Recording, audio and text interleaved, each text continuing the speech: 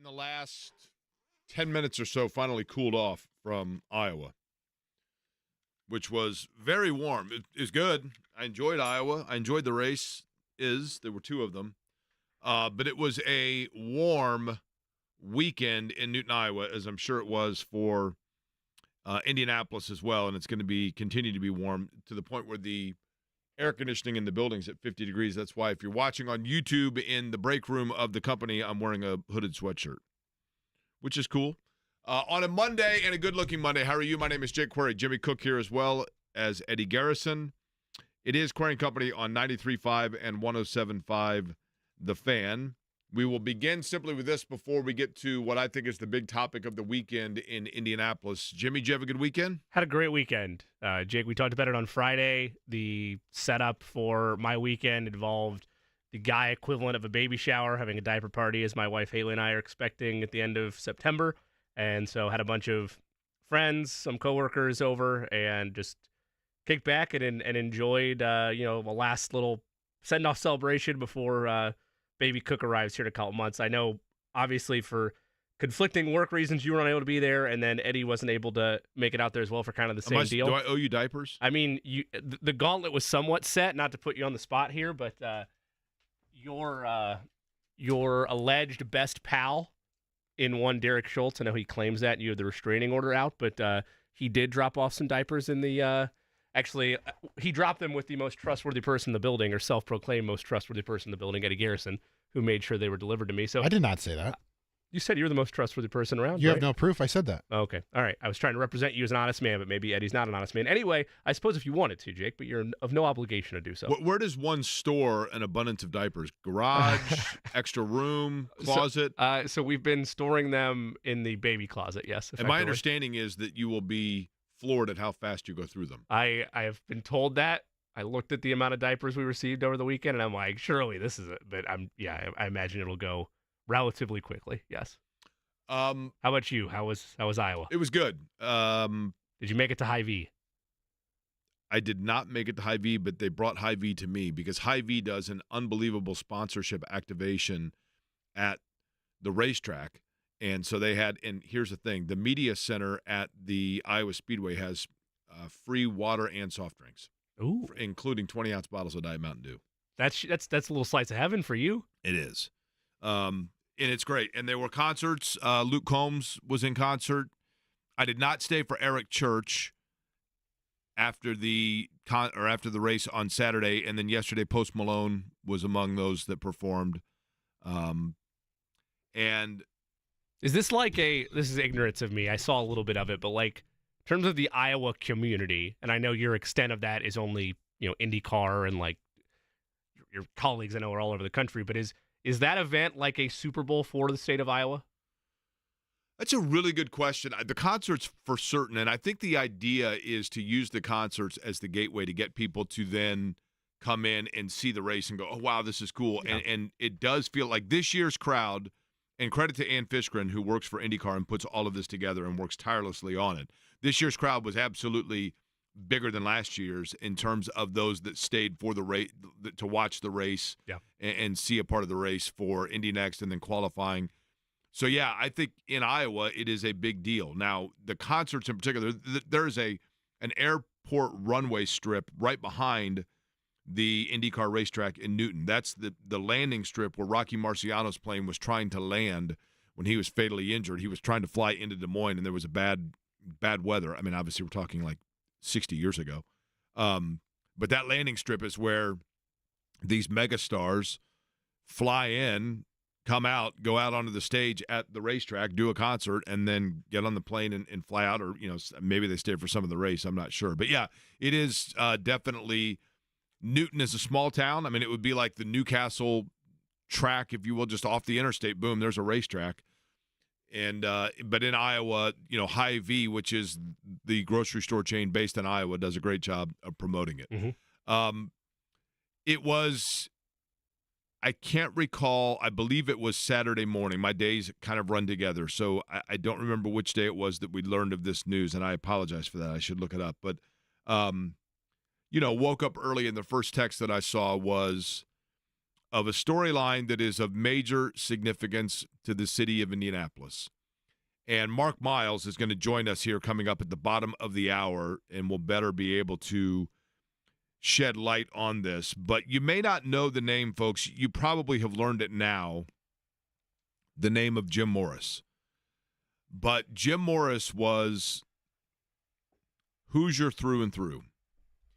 And quiet leadership. There are three kinds of leadership.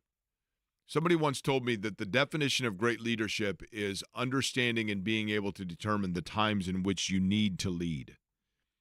And sometimes there are those that are like vociferous, in your face, things need to get done leaders, and then others that are planners and visionaries that then let the chips fall and stand on the back of it and allow it to happen. And Jim Morris was the latter there. He is somebody that I don't think really sought the headlines, sought the praise or attention, but rather just let things play out with his guiding force that took this city, quite frankly, from Des Moines to Indianapolis. And by that I mean, I was in Des Moines over the weekend, and it's a nice town. I like Des Moines a great deal. It's got a nice arena that had a concert. I can't remember who was in concert that night, but that has events that take place there. The NCAA tournament has had rounds in Des Moines. The downtown has, some commerce and walkways. And I mean, it's a nice downtown, but it's not a big league city yet, but it's starting to get a little bit more than it had, say, 10 years ago. Indianapolis of the late 70s and early 80s was Des Moines. It was Louisville. It was Omaha. And Jim Morris, who grew up in Terre Haute, worked for American Fletcher National Bank, and then got on the staff for Richard Lugar's mayoral administration. And I think Richard Lugar, along with Bill Hudnut, are probably the two, civically speaking, most influential men in the history of this city, at least in the modern version of it, unquestionably. I mean, you have other men and women who have contributed to Indianapolis, but Jim Morris working with Richard Lugar, and he worked for the Lilly Endowment as well, which is obviously a huge endowment and philanthropical branch of the city of Indianapolis. But I think the big thing that Jim Morris did initially was to be involved with and the brain trust behind the development of Market Square Arena. And Market Square Arena, as much as we want to talk about the Indianapolis Colts and the RCA Dome, formerly the Hoosier Dome, and all of the events of Indianapolis, it all starts really at Market Square Arena. And actually, it was just last week when we were talking about Market Square Arena because we came upon the anniversary of the implosion of Market Square Arena. But Market Square Arena is what helped take Indianapolis and catapult it into the steps of the sports capital that it has become. Before this was a city that was hosting a Super Bowl. Before this was a city that was hosting multiple All-Star games. Before this was a city that was the home of U.S. track and field and the natatorium and the amateur sports capital of the world and all of those things, it was a city with vision. And it was the vision of Jim Morris working on Mayor Lugar's staff that put together first Unigov, which annexed essentially all of the small incorporations of Indianapolis into one unified governmental center, which not only changed the population base speaking, but also just in terms of the revenue sources for Indianapolis and growing it again, taking it from smaller tier, trying to become middle tier city into a larger scope of that. Market Square Arena was a huge part of that because that landed, of course, not only the high school basketball championships, which would bring, and obviously the IHSAA state championships, being at the Butler Fieldhouse for years, then in Bloomington. Indianapolis was always kind of an epicenter for that. But when you put it in Market Square, all of a sudden you had this arena that was statewide pride about Indianapolis. And so you had Market Square Arena doing that, but then that leading to the 1980 NCAA Final Four into the National Sports Festival in 1982, and then the Pan American Games in 1987. And that was, I think, the centerpiece of what grew Indianapolis in terms of its profile. But Jim Morris was beyond that, because it was more than just having Market Square Arena as a sports centerpiece for the city of Indianapolis. He worked in a number of different areas really around the world in terms of charities and philanthropies, trying to do what could be done to combat world hunger with children, notably working with UNICEF, working with, as I had mentioned, the Lilly Endowment. He also ran the water company here for over a dozen years.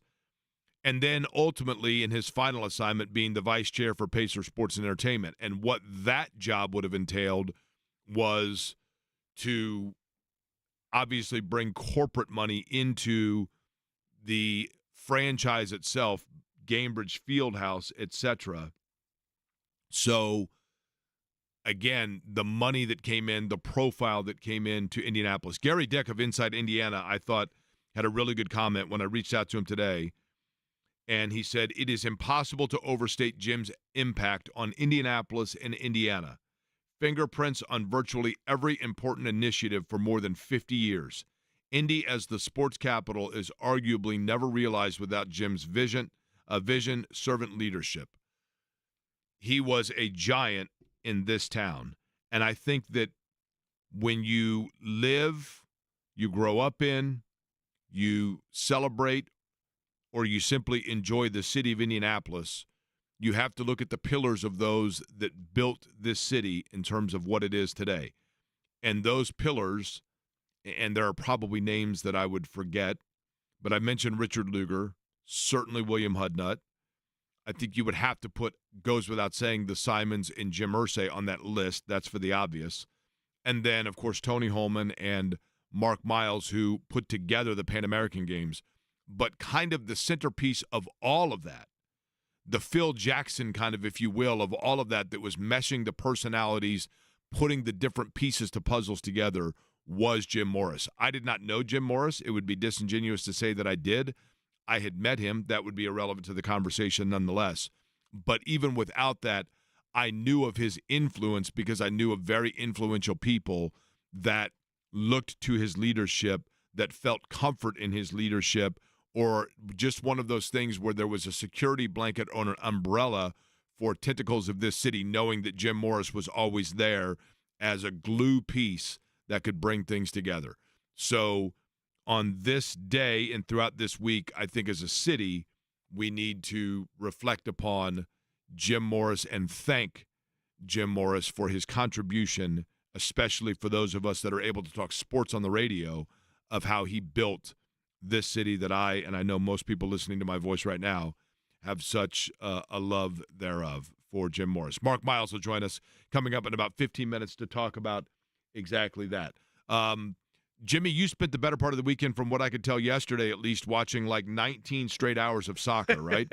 I did. Yesterday was a big day. If you're a fan of international soccer, you had the European Championships take place around 3 o'clock. Spain beats England 2-1 in that. And then last night, you have Argentina and Colombia for the Copa America final. It took place in Miami. That one didn't go off as cleanly as they would have liked to. I know we probably won't spend a ton of time on this today, but at least from what I've read, the governing body of that tournament, CONMEBOL, who is, the regional based of Central America and South America, they've always hosted Copa America. I think they're largely at fault for the security debacle that winds up happening last night, where you have fans breaking through barricades, climbing through air vents, escalators getting wrecked, like just an absolute horrific scene in terms of just chaos that results in that match getting delayed like an hour and 20 minutes, I think. It was supposed to kick off at 8, doesn't wind up kicking off till like 9:20, 9:22, but winds up being a very highly competitive match. Argentina wins 1-0 over Colombia late, and it was a great day of soccer. So I did watch a lot of soccer. Additionally, though, was able to catch yesterday as well. A very impressive win yet again for the Fever as they continue to ride momentum, Jake, before the Olympic break. You not only have a career high in rebounds from Aaliyah Boston, and Caitlin Clark looked very sharp throughout, but really that overall starting five took over in respective moments in that game, and suffocating defense in the fourth leads to another hard-earned win, this time on the road against the Lynx. It does feel like Caitlin Clark, and I don't know that it's Caitlin Clark. It would be a disrespect to the teammates of Caitlin Clark to say they finally figured out how to play with her, and how to anticipate her passes. That's a knock on very talented women's basketball players, but more so just the anticipation of, I think I have often said this about great players that go into coaching. Larry Bird, Magic Johnson, Isaiah Thomas. And, of course, it goes in other sports as well, not just basketball. But oftentimes it is difficult for players that were so naturally gifted to coach because they assume that what was instinctive to them is instinctive to everyone.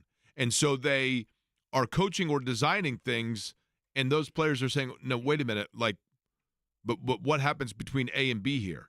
And they say, no.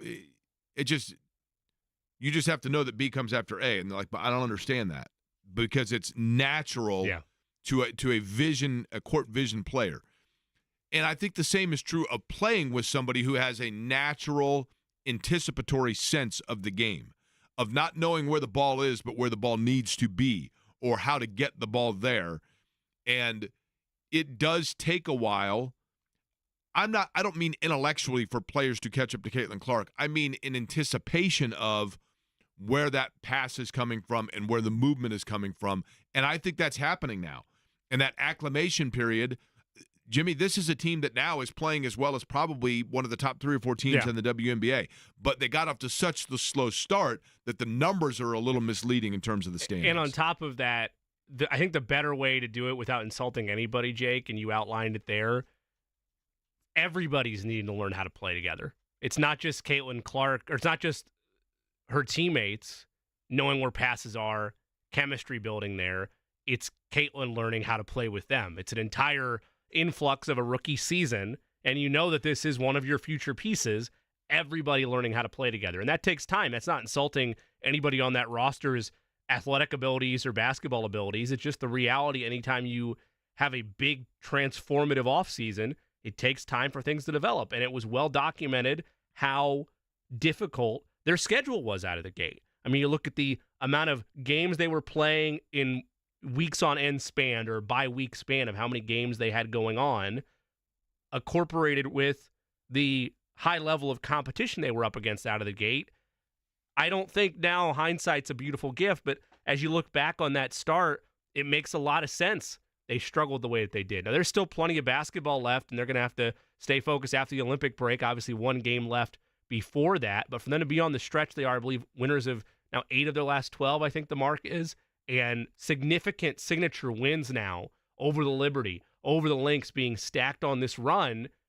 You have serious bottled up momentum now, regardless of what happens in their final game before the Olympic break, of this is where the team is at, really hitting your stride. You have that little mini camp, if you will. It's not really a full-on one, but that's what happens when you'll have players still retained that aren't going off to play in the international window for the Olympics, and then you'll come back hitting the ground running about a month from now, and hopefully that is a push that leads you to the playoffs. But I'm right there with you. The way they're playing, not just from a execution standpoint, but from a overall on-court chemistry standpoint, is far cleaner than it was out of the first 3-4 weeks of the season. Yeah,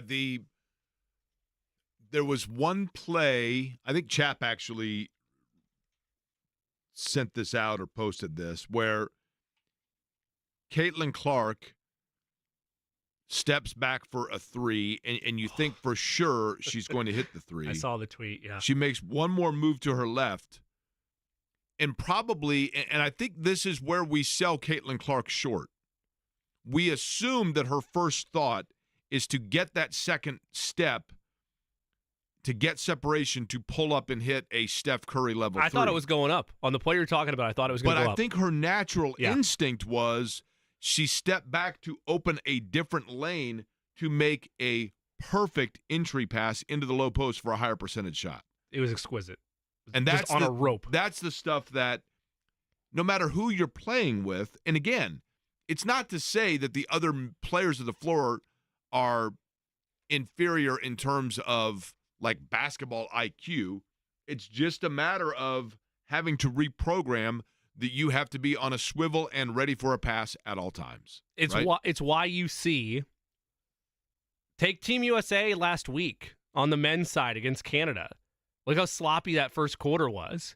And I get it, the more stars you have on the floor, in theory, the rush should fall off a little bit quicker, but it takes time to learn to play with anybody. It doesn't matter if you're playing with, guys in a weekly rec league, if you're playing at the college level, if you're playing in the WNBA, if you're playing in the Olympics, doesn't matter. When you're playing with a collection of high-level talent for the first time, or the first couple of weeks or first couple of months, that there's growing pains, and those need to be naturally accepted, especially when the straw that stirs your drink is a rookie with the weight of the world on her shoulders, and she needs to be allowed to make mistakes and learn from them and grow and get up to speed with the women's game. And I'm not saying it's all going to be perfect and there's not still going to be hiccups now, but you're finally starting to see, before it was losses with errors in bunches, now it's high-level execution with wins in bunches. And that is a corner that we talked about was imperative regardless of how the rest of the season goes. If you could map out two things for the Fever, it would be having a playoff berth this year and turning a corner under Caitlin Clark where you see Aaliyah Boston and the pieces on this roster mesh well with her to the point that this is a brighter future. This is no longer time spent in the lottery. By the way, I stopped at a gas station in Iowa, about halfway between Iowa City and Newton. Okay. And so I was probably 40 minutes outside of Iowa City, and I stopped at a gas station, and I had on an IndyCar shirt, and the guy behind the counter goes, "Are you from Indiana?" And I said, "Yeah, I work for IndyCar." And he said, "So do you ever watch The Fever?" And I said, "Well, yeah, I mean, I know Caitlin Clark's with The Fever." And he says, and I quote, "She played at Iowa." No, I had no idea. I'd never heard that before. Really? I thought she was from Baylor. Now, how much... She's more famous still for being from Iowa than Indiana, obviously. How much on this drive, as we kind of peel the curtain back a little bit, how much on this... Because you drove there, right? Correct. Okay. How much on the drive to Iowa were you still mapping out your plans for your Holiday Inn crossover of Iowa and Fever stuff that you were planning? Definitively, yes. I thought about it because it's interesting. The drive from Des Moines, because we stayed in Des Moines. So from Des Moines to Indy is, I think, like 440 or 450 miles. It's basically a 6.5 right at the cusp of a 7-hour drive, depending on traffic, et cetera, et cetera. Quite frankly, Jimmy, it's right at, I mean, it's very doable, obviously, in a day or an afternoon, but it is right on kind of the threshold of where you kind of hit the limit. Sure. The last hour of the drive, you're just getting into the territory of like, okay. You know what I mean? Oh, yeah. I mean, you know me as the Chiefs fan that I am. We've made that road trip to Kansas City. It's a similar drive. It's like 9 hours, depending on traffic. Typically, I think like 380 to 400 is that's about when you got to get out and stretch a little bit and just kind of get going. On the way back, how about this for strange but perfect timing? My friend Rob Lynch, a longtime videographer at WTHR, also now works for ISC Sports Network. Those of you watching or listening right now that have watched anything that you see on ISC in terms of some of the college stuff or the high school sports that your kids might have been on, Rob is one of the videographers for that. He grew up in Canton, Illinois, which is right outside of Peoria, about 40 minutes outside of Peoria, right next to Pekin, Illinois, which is the high school hometown of Rick Venturi. And unfortunately, Rob's father passed last week, which I was aware, but I knew that the calling was from 2 to 5 yesterday in Canton, Illinois. The IndyCar race got over with in such a time that I'm driving back and I'm looking and I thought, wait a minute. And I put it in the Waze and it says, what do you know? I can make it to the funeral home at 4:48. Wow. Calling ended at 5. So perfect timing. Managed to get there, awesome. Go to that, go to the calling, and that would, obviously aside from that, but that kind of broke up the drive a little bit on the way back at least. But and was happy to be able to pass along sentiments to Rob. Mark Miles is, of course, the CEO of Penske Entertainment Group in terms of the formerly the Holman division of the Indianapolis Motor Speedway and IndyCar, but more importantly, one of the visionaries of the city of Indianapolis. He was with ATP Tennis. He was with the Pan American Games. He put that together in 1987 and worked alongside all of it, Jim Morris, and I thought would be an excellent person to come on and offer perspective as to the immeasurable loss that this city went through with the passing of Jim Morris. So, Mark Miles will join us for that conversation next.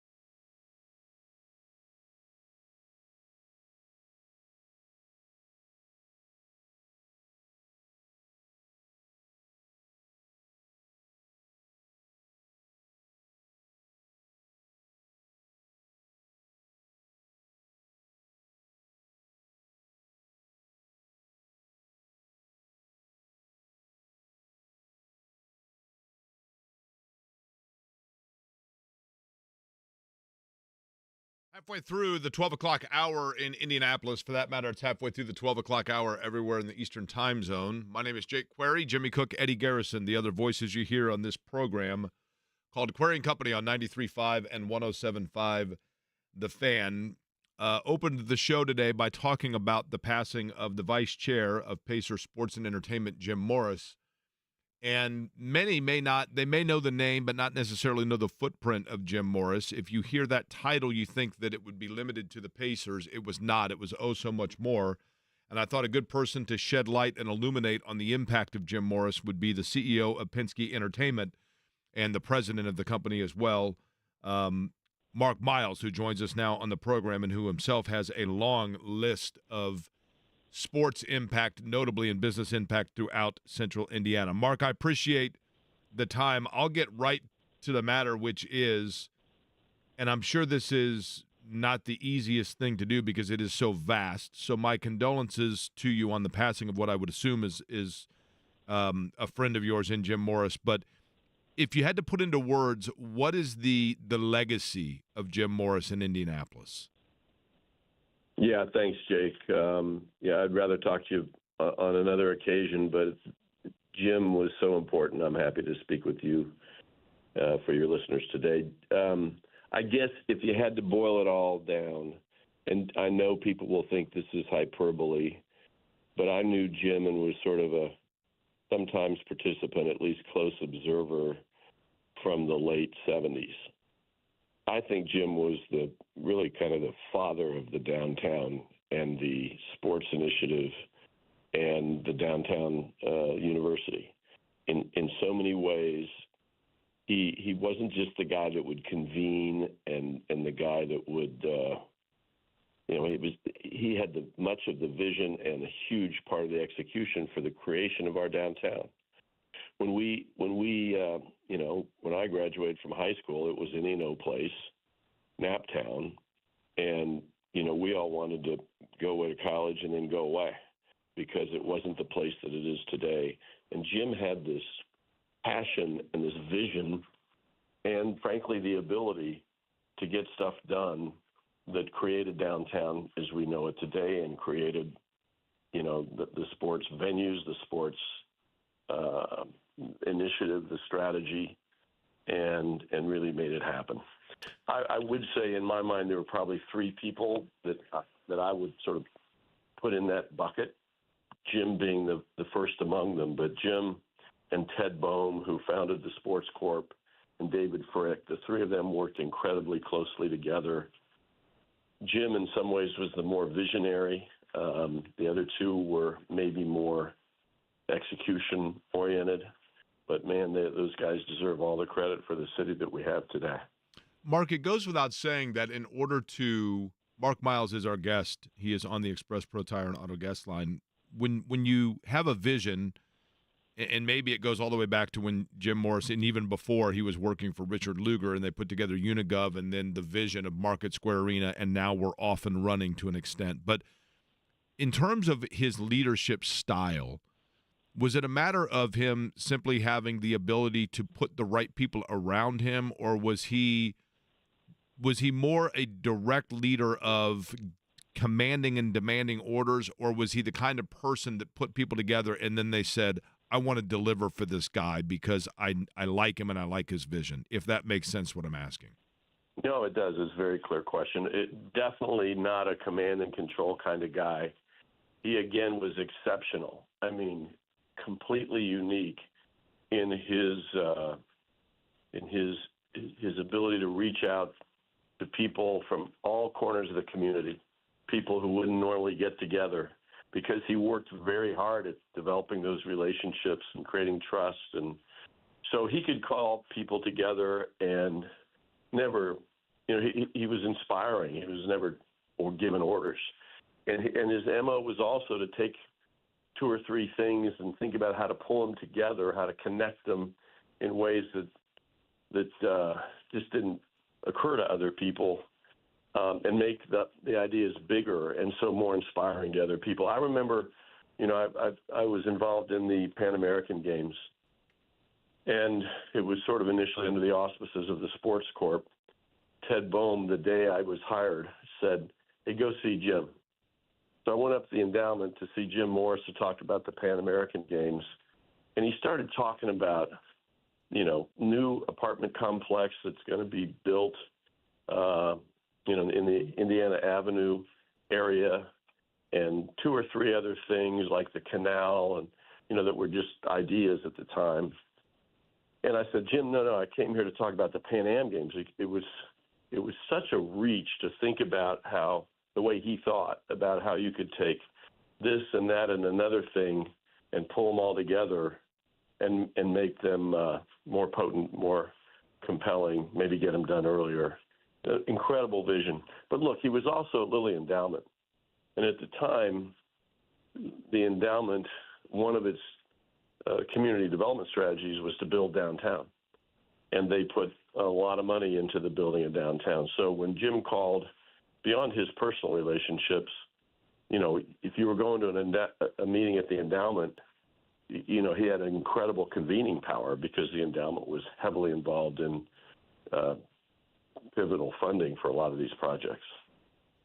Mark, when you go back and you look, Mark Miles is our guest. We'll go to, for example, the Pan American Games. I think there are a couple of different things that you could look at and say were watershed moments for Indianapolis. Whether it was getting the Final Four in '80 or the National Sports Festival. I mean, I've talked about this a ton on this show. And then the Pan American Games, to me, all of a sudden was this introduction of, it was this cement of, wow, like we really can be this city that people are turning to and are aware of.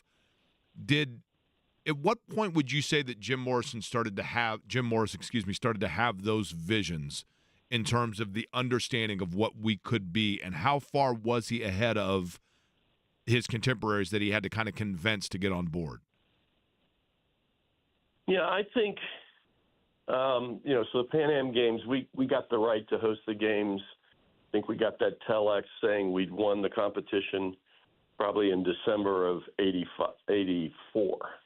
So basically, I started in January of '85. The games were in August of '87. We couldn't have been in that position if it weren't for the National Sports Festival, which you've talked about, required building of a number of great venues, including the Natatorium, the IUPUI Track and Field Stadium, and much more. But way before that, Jim was thinking about this. He convened a group of people that got called the City Committee, but just given it a name is kind of inaccurate because it was never incorporated. It was just guys who were young professionals, not that long out of college. They'd come back to Indianapolis, and they wanted it to be a place, they wanted to spend the rest of their lives. So they started thinking about ideas. They never wrote down a strategy, but the key elements of what they thought was going to be important were, one, downtown. And again, downtown wasn't much, and what it was at the time was mostly, locally owned department stores that were starting to be at risk because of the creation of shopping malls. But downtown had to matter. And the other thing was we needed to have a university. What great city doesn't have a university? At the time, I feel like an old guy telling you this story. Maybe I am. But, there was no IUPUI. There was a Purdue University extension out by the Meadows, and there was an IU extension downtown off Vermont Street. So it didn't exist in that area. And there's plenty of folks who weren't huge fans of the way IUPUI got developed at the time, but it didn't exist. And it was Jim, and I think, again, Ted on the sports piece, Ted Boehm on all of it, that really saw the opportunity to make a downtown, and in part by doing that, by creating a downtown university. And then the sports thing grew out of that. It's a bit longer story, but that happened when the Congress changed the national law to create national governing bodies for each sport. And Jim and Ted jumped into gear and said, hey, let's see if we can't move some of these NGBs to Indianapolis. And the endowment helped subsidize the cost of their moves and their rent. Eventually, the Pan Am Plaza building was built to house them. And that was good. But to get that done, all kinds of people that, that were involved in all this as volunteers fanned out to become friends and to understand the leadership of each of these NGBs for purposes of persuading him to move to Indianapolis. So, but then we figured out, we were successful, but we figured out, they have 10 or 20 employees, and every year they need subsidized rent. And it was all good, but it wasn't a great business model over time. But we learned that they controlled sporting events like Olympic trials, national championships. And so, well, that's interesting. Maybe we can convince some of them to bring their events here. And what does that do? That brings other people's money into our downtown to use these facilities. And it's marketing of the city because all these major events are on television nationally. So it was a kind of entrepreneurial process that went from moving NGBs here from Colorado Springs and elsewhere to this sort of discovering that they could control events, and that's really how the sports strategy got eventually figured out. Joining us on the Express Pro Tire and Auto guest line, he is Mark Miles, CEO of IndyCar and Penske Entertainment. Mark, I realize this is a difficult question because of how much Jim Morris was able to impact over the course of the city and as a whole the state. But when you have gone through today discussing his accomplishments and reflecting on his life, how different would the city be? How drastically different would it be had we not been graced with him and the impact that he had here? Well, I'm not clairvoyant. It's impossible to kind of know what would have happened without him. But I can tell you that when he began to be in a position to have this vision and this impact, people don't have any idea what downtown was. The Pacers were still playing at the very beginning at the state fairgrounds in the ABA. There was no sporting venue, until Market Square got built. None. There wasn't a Hoosier Dome, much less a Lucas Oil Stadium. The convention center was tiny. There were about 3 hotels that anybody would stay in. About 3 restaurants. It was just you couldn't recognize it or the downtown we have today. And there was no university. There was no White River State Park and all the attributes that are at the White River State Park. So, I mean, it's unrecognizable, the city today, the progress over his huge tenure and impact. And I'm not exaggerating to say I think more than any individual, Jim deserves the lion's share of the credit for those accomplishments.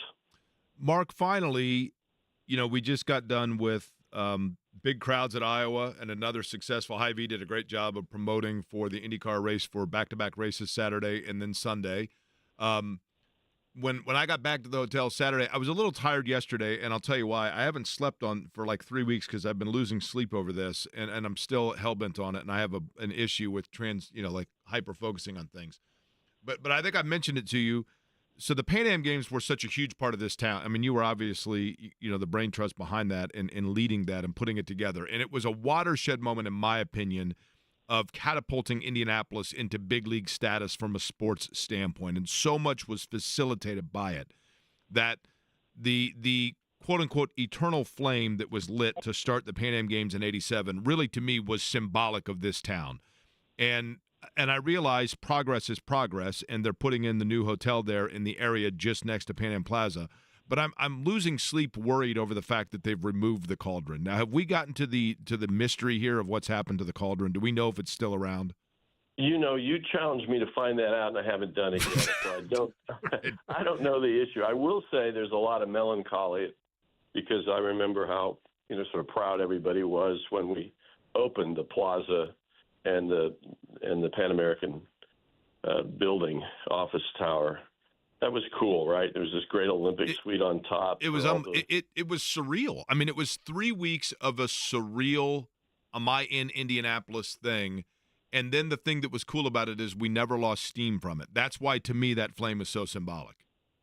Yep. So, all right, I promise you I'm going to go find out. And if it isn't eviscerated by now, we'll figure out a place to make sure. I'm sure this is already thought through. I just don't know. There's got to be a place, and I'm really thrilled that what's going to be developed there is going to be developed. It's great. It's another step in the downtown development, our ability to host events and sports and otherwise. But you're right. That is more than a kind of memento. That's important, and we'll have to find a way to preserve it in the right way, just as we're going to have to find ways, I think, to honor Jim Morris going forward. And I would imagine that certainly the latter is we will hear more and more about that. Mark, I know it's a very busy time. Again, I thought the hybrid engines have started to perform well. It's been fun to watch. Congratulations on that with IndyCar. And I know we'll let you get back to work, but I appreciate you taking time out of a busy day today to reflect on the impact of Jim Morris and Few Could Do It Better. So I'm very appreciative of your time today. Hey, pleasure. Hope everybody comes out this weekend for the Brickyard.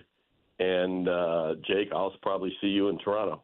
I will be there, indeed. IndyCar in Toronto this weekend, and, of course, the Brickyard at the Indianapolis Motor Speedway, the 30th anniversary. Mark, appreciate it. We'll see you soon. All right, take care. Thanks. All right, Mark Miles joining us on the Express Pro Tire and Auto guest line. Pretty good way of summarizing Jim Morris, and I'm happy to know that the Cauldron mystery. I was going to ask Jimmy, maybe it would have been too forward. I was going to say, if there's not a plan for it, could I have it? I wasn't Make gonna a go, fire pit out of it? I wasn't going to go that far, but I was going to emphasize the fact to Mark that my co-host has been losing sleep here, that the show, the energy has dipped ever since right. it's gone missing. So we desperately need to figure out its locale. I'm telling you, that is my mission, and as you heard him there, that's his mission. You know, you need to get an epoxy for the table with the cutout from your closet, and then put now the that is now cauldron Oh, I had the cauldron on there. Okay. right there, Okay. next to it. That or is on it. nice. Yep. See, I like the way you guys think. Yep. The closet thing, I've got to get. I have somebody that I think is going to come out and look at whether or not they can cut it out and turn the closet area, my bedroom closet, with all of the signatures and all the writings and everything from my buddies over 20 years of growing up there. Going to turn it into a table, I think. But we got to find out if we can save it first. Dustin. Dopirak. Thank you, Eddie. Joins us, by the way, coming up at the top of the hour. Team USA is in action, and that means Tyrese Halliburton again getting going just a little bit. We'll let you know on what's going on between Team USA and good day, mate. That was terrible. Hold on. Can you do an Australian accent, Jimmy? Good eye, mate. Good day, mate. That's better. Yes, Yeah, that's better. but as far as I can go, it's very did limited. A bad Brit there for a second. You Anyway, need to we'll have let your you know. friends record something that we have it on hockey. You're right. Yeah, We'll let don't you play know that what's for going them. on with them. It's not Down Under, but that's who they're playing next.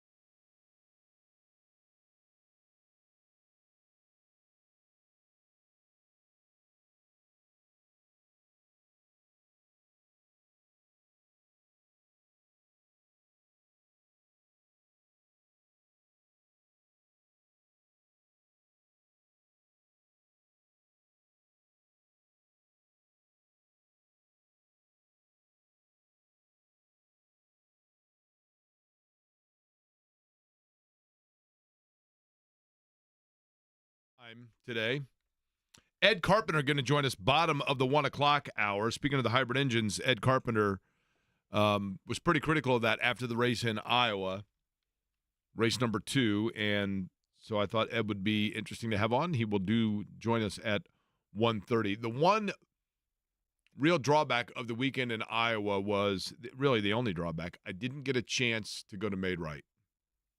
And Man, I know. The problem is I went over Friday after the show, and then Saturday we were at the racetrack from, 9 in the morning until like 9 at night. I guess I could have left. We had about a 4-hour gap between qualifying and the race, but that was the Luke Combs concert. So I did go. And here's the thing with Luke Combs.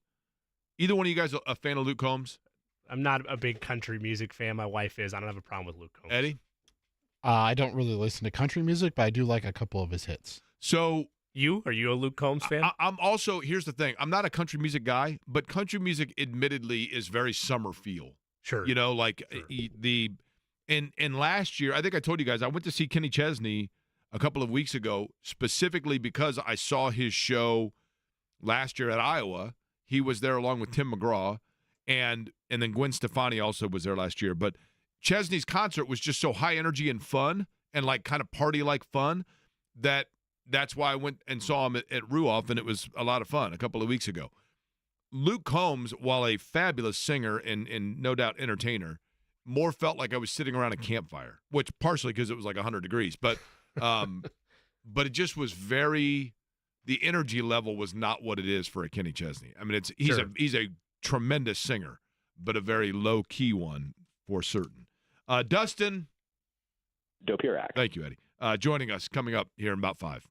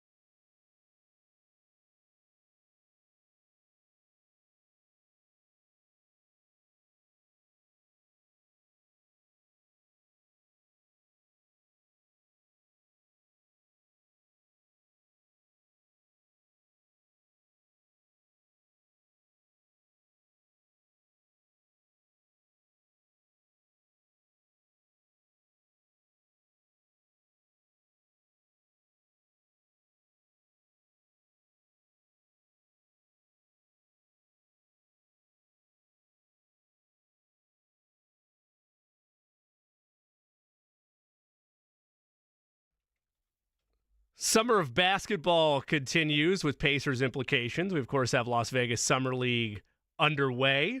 Pacers against the Timberwolves yesterday. And, of course, Team USA continuing their world tour up on Australia. Big at halftime as it stands. A guy in the know in both those ranks is the Pacers beat writer for the Indianapolis Star. He is Dustin. Okay, I thought I would continue the continuity of the show, and then you leave me out there to dry, Eddie. That's not nice. Well, you know how to say his name. It's Jake that I has to do. move to hurl. I was just trying to keep the continuity of the show going. Anyway, Dustin Dopirak, nice enough to take some time with us. Dustin, I'll start with the Team USA side of things. You mentioned this on Twitter, but it's been well documented in terms of what type of role Tyrese Halliburton would have for Team USA, and it appears a leader, a driver of the second unit, and helping stabilize things and be a change of pace for how they want to execute on offense. From a logistical standpoint, from a growth standpoint for him, what does playing on this team while also having a clear defined role and not being just a guy coming off the bench for 5 minutes mean about his standing currently in the league, and also mean for what he can learn and grow from further as a young rising star in the game? I mean, I think as far as that's concerned, like, one of the best things about him, I think, is how much he tries to learn from people, and he's pretty unabashed about just asking. You know, I think he's been in the league long enough where he will just ask questions, and obviously he's just a high basketball IQ enough to be able to just pose questions like, "What do you guys do here? What do you guys do here? What do you do with this play? What do you do with that play? What do you like about this or that?" Or you know, bigger picture questions about how you turn a playoff team into a championship team. I mean, he's just going to ask LeBron James. You know, like, I mean, he's on this team. He's got a Team USA jersey. You know, like, I'm sure he spent the first couple of weeks of this just asking whatever questions he feels like asking, and he's bold enough to do that. And so I think there's going to be a lot of value there as far as that's concerned. And obviously, you know, if he gets a gold medal out of this, just a massive achievement. You know, there's not a downside to this at all. So I'm not using the term downside, but obviously he's going to do different things for this group than he is going to be expected to do with the Pacers. Obviously, we spent the entire spring talking about, is he being aggressive enough? Is he looking for his own shot enough? We got into this discussion about what is aggression for him in terms of, you know, he obviously says just getting 2 feet in the paint as much as you can. But in the role he's in, you know, he's going to do less of that. You know, he's mostly going to be looking to pass as much as possible, and he's been pretty obvious about that and saying, like, yeah, I'm kind of looking forward to this, of just, like, I'm trying to facilitate for other people. I know how good of players I'm with. You know, the goal is just to make sure you get them involved.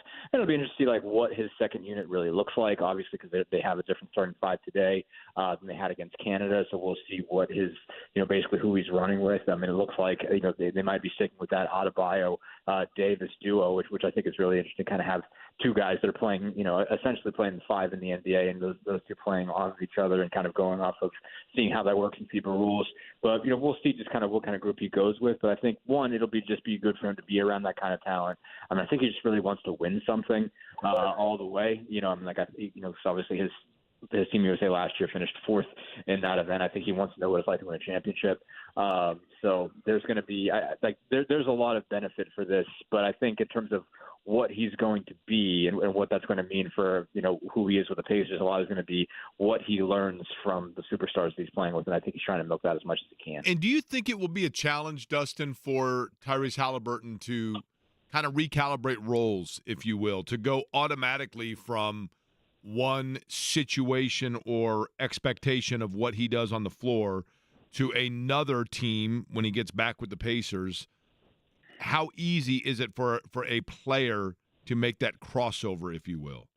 I don't know if it's easy for everybody, but I think it'll be easy for him, just because I think, you know, I mean, he did it last year. You know, he did the same thing last year, obviously. He was asked to score a little bit more, and certainly he wasn't as, you know, he was sort of higher up the hierarchy with that group than he was this group, but he was still a second unit point guard for that team, and for that team he was, you know, very pass oriented. So I don't think he has a problem with being able to change gears and saying, okay, this is my team now. I have to look to be more aggressive. I have to look for my shot here, where I wasn't doing that with Team USA.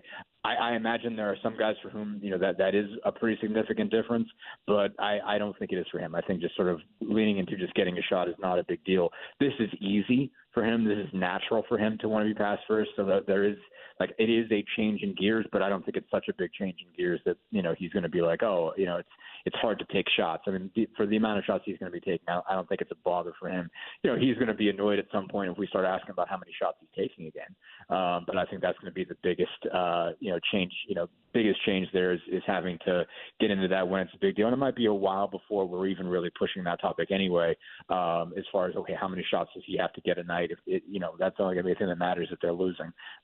So we'll see when that becomes an issue. But for him in particular, I just don't think it's going to be very difficult for him to change that mindset, to go from being almost entirely pass first to knowing he has to go get his own a little bit more. Dustin Dopirak is our guest. See, I did that now because we can't rely on Eddie. I mean, that's what we've learned. Yep. Unreliable. So I've got, you got to sink or swim here, right? Sad but true. He's on the Express Pro Tire and Auto Guest line. Dustin, when it comes to Summer League, thank you, Eddie. When it comes to the Summer League, on a 1 to 10 scale, if 10 was, playing in the regular season for the first 5 games of the year in terms of actual barometer on what a guy is going to see, the Summer League offers what? In other words, we take how seriously what we see from players that put up good numbers in the Summer League. 3, maybe. Okay. 4, somewhere that might not even be that high. I mean, it's pretty close to G League is what it is. Okay. At the end of the day, if you really look at who the rosters are, like a majority of the guys that are on these rosters are going to be in the G League for most of the year. So that, 2 to 3 teams are NBA, 2 to 3 guys per team are NBA players. With that grading curve in mind, what, if anything, have we learned so far about, and for those that are listening that have not been following or familiar, I'll give you the names of some of the guys that are getting significant minutes. Johnny Furphy, who is the rookie draft pick out of Kansas, Jarris Walker and Ben Shepard, the 2 veterans that are there, along with Oscar Shibwe, who has been on a 2A contract. Quentin Jackson's been playing, Kendall Brown, Dakota Mathias, the former Purdue star, Tristan Newton, Enrique Freeman, the second-round picks.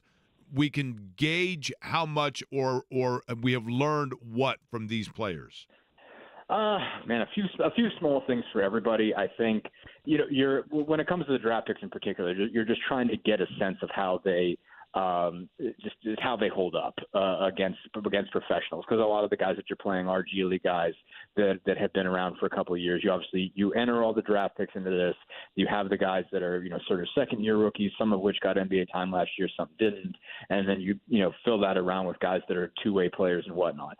So I would say, I would say Furphy has probably been it's not that he's been the best player, but I think he's been the best relative to expectations. I think obviously people thought he was going to go higher than he did, and I think what I've seen so far suggests to me that he definitely should have. I think there's more of a good feel for the game than I was expecting. I knew that was there. I knew that was the talk among the general. Chad Buchanan certainly said he really liked his ability to play without the ball. But I've been really impressed by just his cutting, by how well he moves without the ball, how well he does the sort of seeing opportunities to get up close to the rim, get an easy touch and a dunk or a layup or anything like that. He's just played really athletic, really smart, and he shot the ball really well. Furphy, I think, is the guy that stood out the most to me, and that's, I think he's just shown he can play in the NBA. As a 19-year-old kid, I think I don't know if there's going to be a rotation spot for him, but if there are days when he plays rotation minutes, I think he's going to be okay. I think that's sort of what stood out to me. Walker, I saw there has been good and bad from both games, and I think you sort of see him very similar than at least how I saw him at the end of the year. Him shooting the ball well. Last night was obviously good, hitting 5 threes. You saw the range, but you didn't see a lot of versatility to his game. But you did see that in the first game. Obviously, you saw some mid-range jumpers. You saw him doing a good job of sort of cutting and getting position on a guy real quick around the post and dunking on people, playing through contact. I think there was a lot of good stuff there, but there's also been a bunch of turnovers, some really forcing action with passes, and I think that the defense is still not where it should be. He has the physical tools to be a really, really good defender, and I just don't know that you're seeing that yet. So there's still a lot of just, up and down there. Shepard, I don't think you kind of just forget about this. You've seen what he can do already. You kind of know who he is. He hasn't done anything spectacular all in Summer League, but I don't think anybody cares. You know who he is. He hits open shots. He defends pretty well. You saw some good stuff there. The rest of the guys are a little bit more up. I think Enrique Freeman is another guy I wanted to mention. I think he's played with a lot of energy, and what has been told about him, I think, has shown up. I mean, he plays. He's got a lot of length, does a good job blocking shots, does a really good job rebounding, and again, just a lot of energy up and down. I'm not sure about a bunch of the other guys. Sheway's had some good moments. Certainly, he's rebounding the ball well, but you already knew he could do that. I think there's still some questions about his defense. Obviously, there's not a whole lot of range in him as an offensive player. I think he's sort of on a borderline about maintaining a spot in the organization. I think Quentin Jackson's kind of in the same position. 9 turnovers in the first game was kind of rough. Tristan Newton, I think he's had a couple good moments, but he's for the most part just been okay. So there's a lot of questions I've got. But I mean, you mentioned Dakota Mathias, and since he's a Purdue guy, I would just say it looks like he's probably earned himself a Matt Ants jersey. If Kyle Mangus has moved on, to have a sharpshooter on that team, I think is important. Have an experienced guy. I imagine it'll be nice for him if he gets to come back to Indiana and play in the States.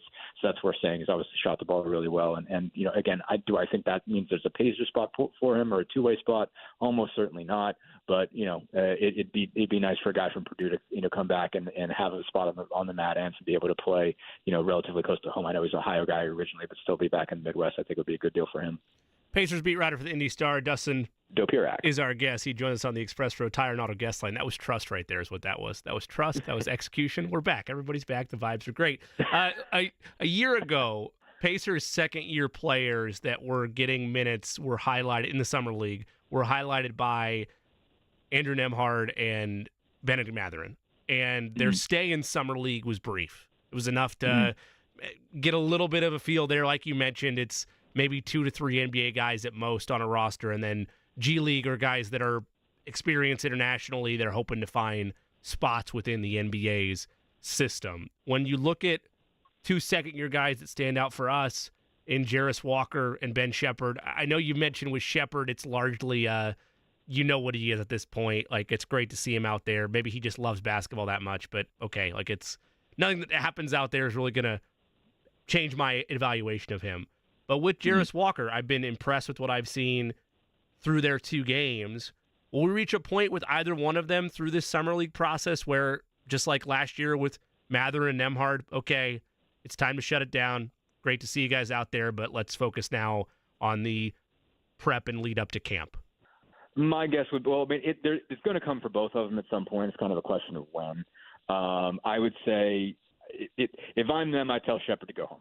It's fine. Like at this point, and because I think also too, there are a bunch of guys who haven't played yet. A bunch of sort of Exhibit 10 level guys that I think you want to see. Determine. It's basically for Matt Ants purposes. I mean, you're trying to sort of fill out the rest. Of your depth in the organization. I mean, I want to see Josiah Jordan-James. I want to see Lance Jones. I want to see a few of those other guys and get them some floor time. And to me, that means you know who Ben Sheppard is. You can trust Ben Sheppard. He doesn't need a third game in Vegas. I think he can go back. Walker, I might push for at least another game. Just to keep seeing it. There's some things I want to see. I know Chad Buchanan mentioned even on the broadcast last night. He said, they told him like this is big for you. You need to kind of prove that show something in terms of where you belong. If you belong in the rotation, and it's an if. I mean, I think at this point you have to say, okay, OB's your 4, Isaiah Jackson's your 5. They wanted to play 3, but you're talking about right now Ben Sheppard and Ben Mathurin are your 2 and your 3 on that second unit. So it's obviously Walker's a different style of 3 than Benedict Mathurin is, but Mathurin's certainly the more proven guy by a long shot, and so you're kind of beating out Sheppard more or less. You're sort of hoping they move Mathurin up to the 2 and play Jarris at the 4 if you're Jarris. So I mean he's still got a lot to prove, and so I would think that means he gets another game. Basically, that there's one more sort of scenario where they put him in more spots where he has to be ball dominant, or just put him in more scenarios where they get to watch him and evaluate him. I think it makes sense for him to play at least a third game. I don't know if he has to play a 4th. Some of this stuff is ragged. You're only learning so much, and obviously the fact that they just struggle to really initiate this offense. I mean, they're averaging 26 turnovers or something along those lines. There's only so much you're learning, but I feel like there's something more they can do to see a little bit more more out of Walker. I think everybody else probably goes the duration. Obviously, Sheboy and Jackson probably are playing throughout. I would say, and I think you keep the second round, pick guys in and play them as much as possible. But I do think you have to open up some opportunities to see some of the guys that you brought in to get some sense of, where and if they fit in the organization. Dustin, one of the names you've mentioned a couple of times now is a player that's captivated me since his high school days, but it's been clear once he got out of Kentucky and into the NBA that Oscar Tshiebwe had a clear cap on what he can do, especially on the offensive end, and there are some limitations as well to his defensive game. But from the Mad Ants film, seeing it again in Summer League, seeing it in brief minutes as well elsewhere, the dude rebounds like nobody's business. Like if you could just have one guy on the floor and there were no other limitations or liability concerns and just, hey, go rebound the basketball. That's all we need you to do. He would fit perfectly. In fact, there are times during the playoffs last year when they're getting out-rebounded by the Bucks or the Knicks, and it's like, well, I know he's going to be a liability in other areas, but he would solve that problem. Right. What is the ultimate future for Tshiebwe, or are the limitations enough to offset his otherworldly rebounding ability to the point that he's probably just a G League guy for most of his career?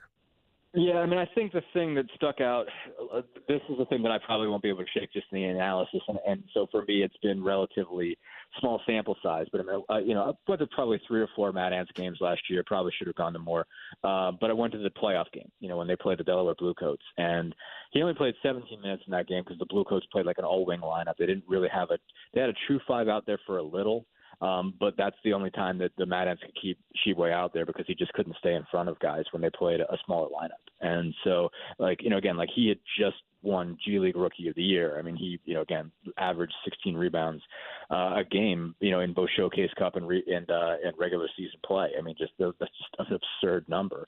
But, again, he's the biggest award winner on the team, and they couldn't trust him. They couldn't trust him to play against the lineups they were using. So, I mean, you obviously see that in the league. There's, I think guys like a Zach Edey or Jonas Valanciunas have a chance to stick around because they're huge, and they can play drop coverage and they're big enough to rebound at that level, and he can rebound, but he doesn't have the same kind of size as those guys. Where you're seeing how Edey can play through, what little summer league he's played. You can see maybe how he can play through just the lack of mobility, just by using the size. I mean, Tshiebwe's size just isn't the same. So if you're going to be, you've got to be really, really effective in drop, and he just hasn't been able to keep anybody in front of him. So I think that's an issue, and there's not kind of an offensive setup, offset over there. Obviously, again, there's the rebounding, but it's not like he's stepping back and hitting threes or something like that. I mean, he can get his, post-up turnarounds, he can get, stuff within 5 feet. He can get a lot of, stick backs. And so, again, there's value there. But, again, it's tough with the offset. So I don't know.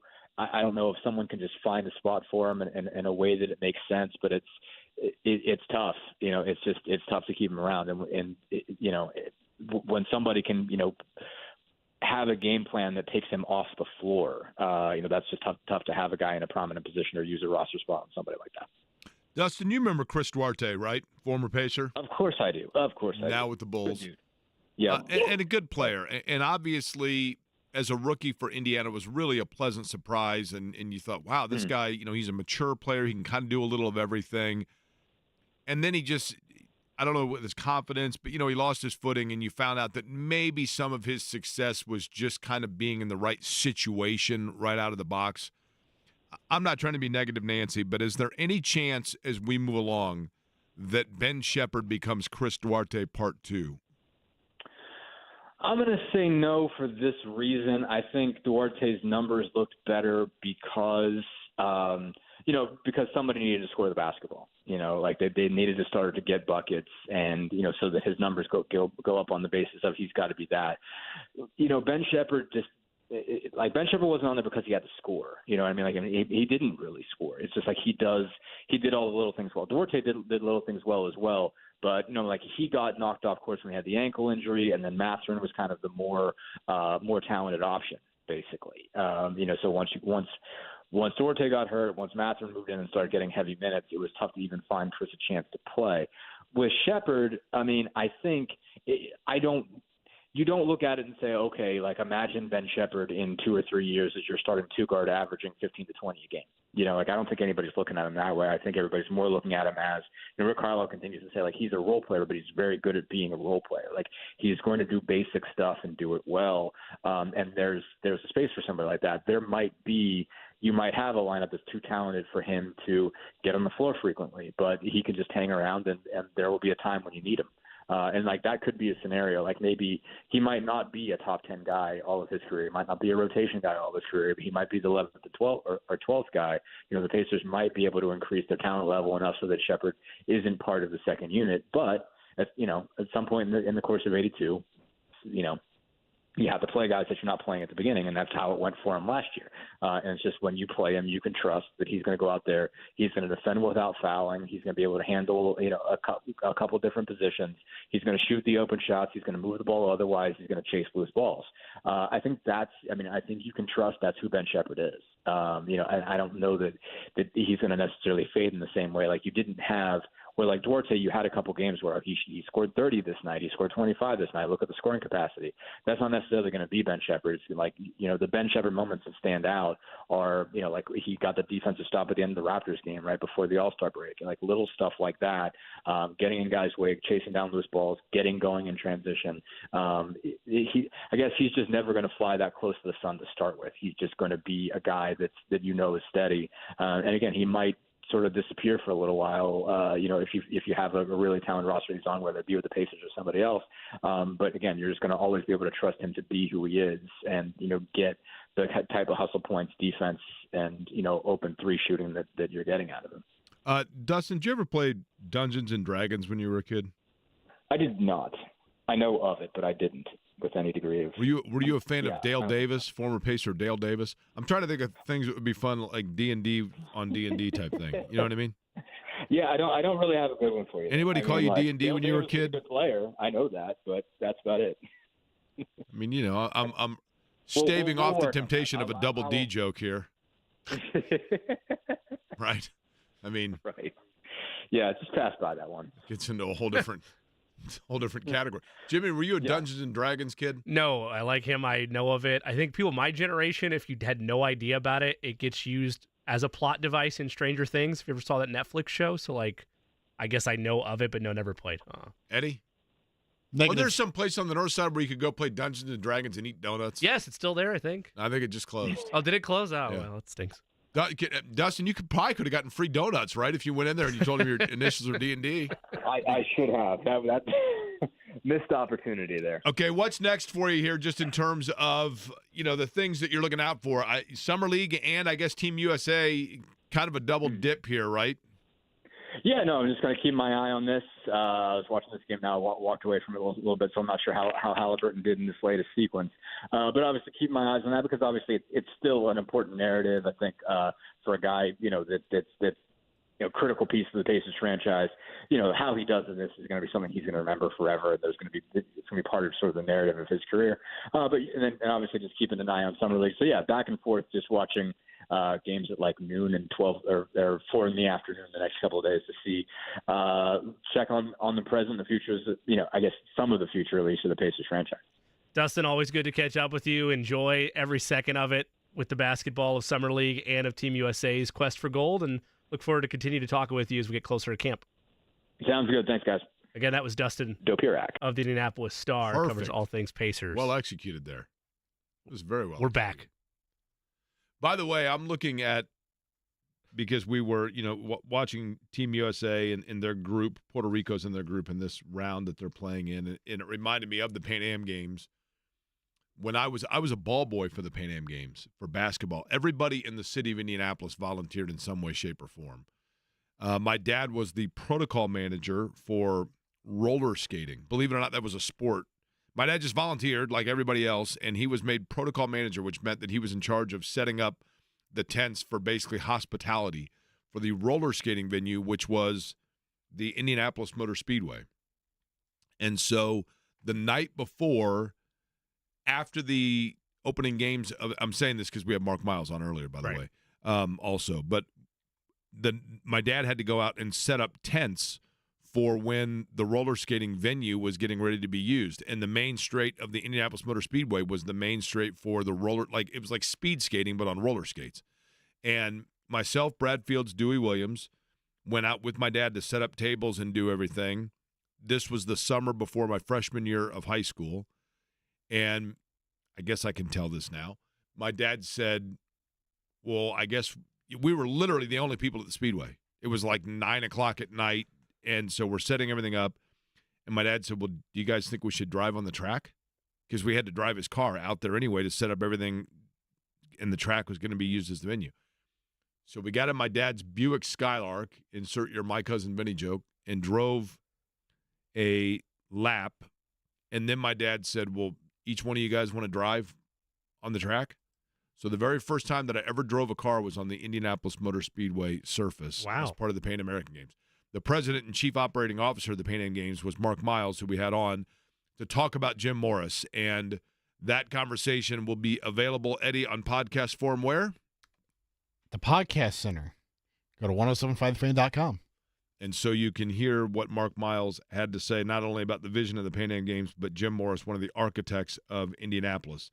The guy whose family owned the Speedway at that time is Ed Carpenter, and he joins us next.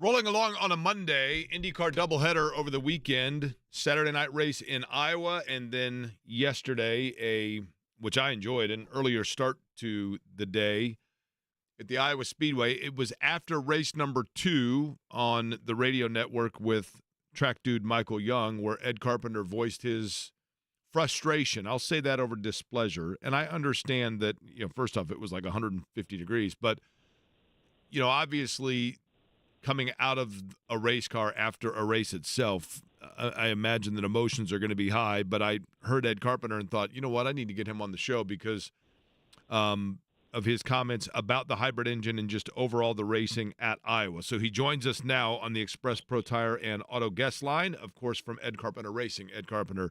How are you, Ed? Doing all right. Let's begin with exactly that. For those, I want to actually backtrack here, and I'm going to assume that some of the people listening to us right now maybe are not as familiar as, say, you and I would be with IndyCar itself. So when people hear hybrid engine, I think most people know that means, partially battery, partially like combustible engine, whatever else that we're used to. But take me through, as if I'm a third grader, which probably is normally the case when you're talking to me, but exactly what the hybrid engine is and what it is intended to do in terms of performance. So at a basic level, the engines that we've been running in these cars since 2012, like it's the same combustion engine. So nothing's changed. We've added a hybrid motor and capacitor system that provides additional power, potentially, and depending on, IndyCar controls how much additional power that is, when we can use it, etc. So that, it's been something that has been being worked on for quite some time. It was delayed, from a number of reasons, from supply issues, going back to COVID, to then some I think just more design issues. They've done a good job. Honda and Chevy took over the project together after there were some setbacks to get it back on course. And the goal was to start this season with it, which did not happen, obviously, and we debuted it in Mid-Ohio. So we've added a system to the car at the simplest level, like for me to go into exactly how the system works and all the moving pieces. But we added a system that gives us the ability to have some extra power for, fairly brief amounts of time. If you watch on TV, they do a good job showing the graphics of how everyone's using it, from a use, deploying, as we call it, and regenerating, which is harvesting power, which happens from the internal combustion engine.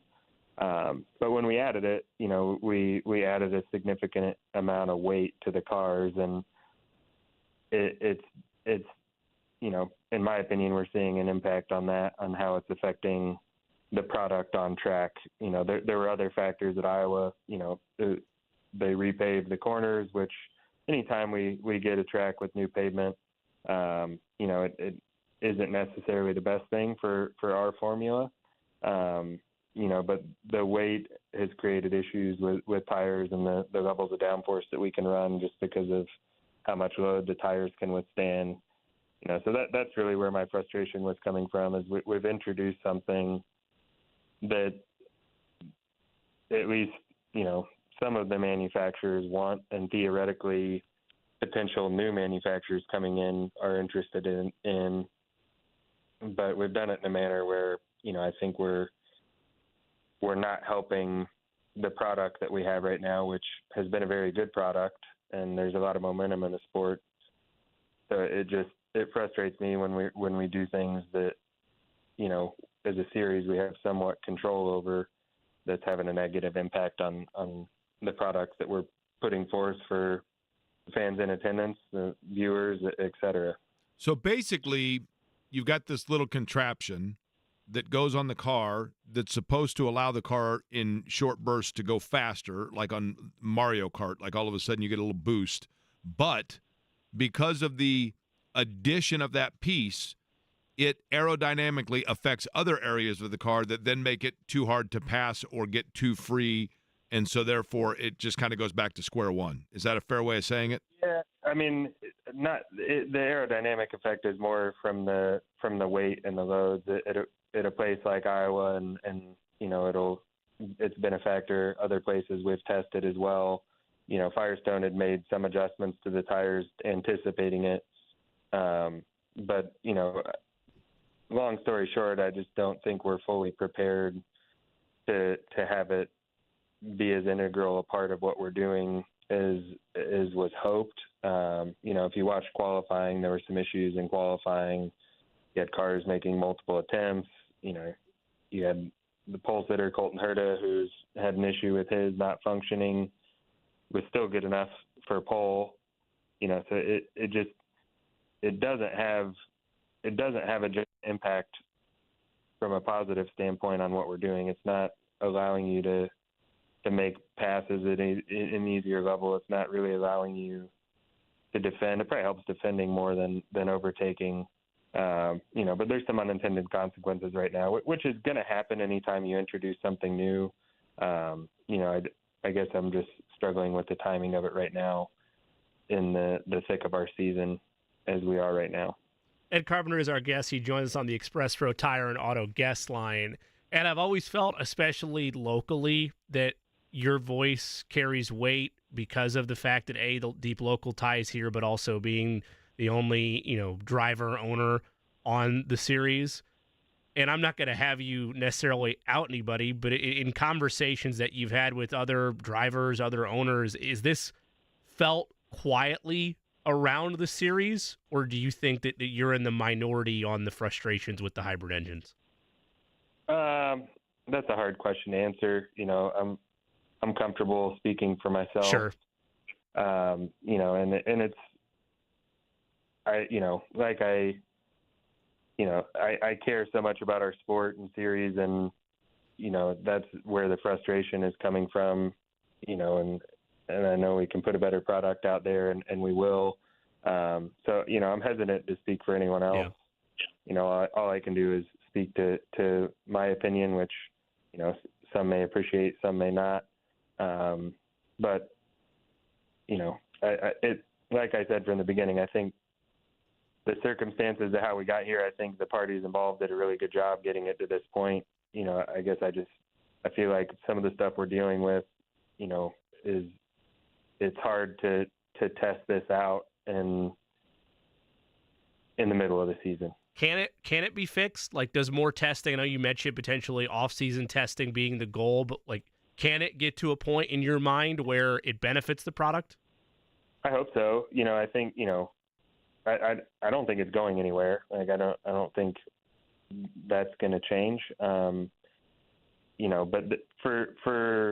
I know for a fact that there's a lot more potential in the system than what we're able to see right now. I don't know when or if we'll be able to get the full potential of the unit. And I think, that's partly why we're racing it now, is to figure that out. So, it's time will tell.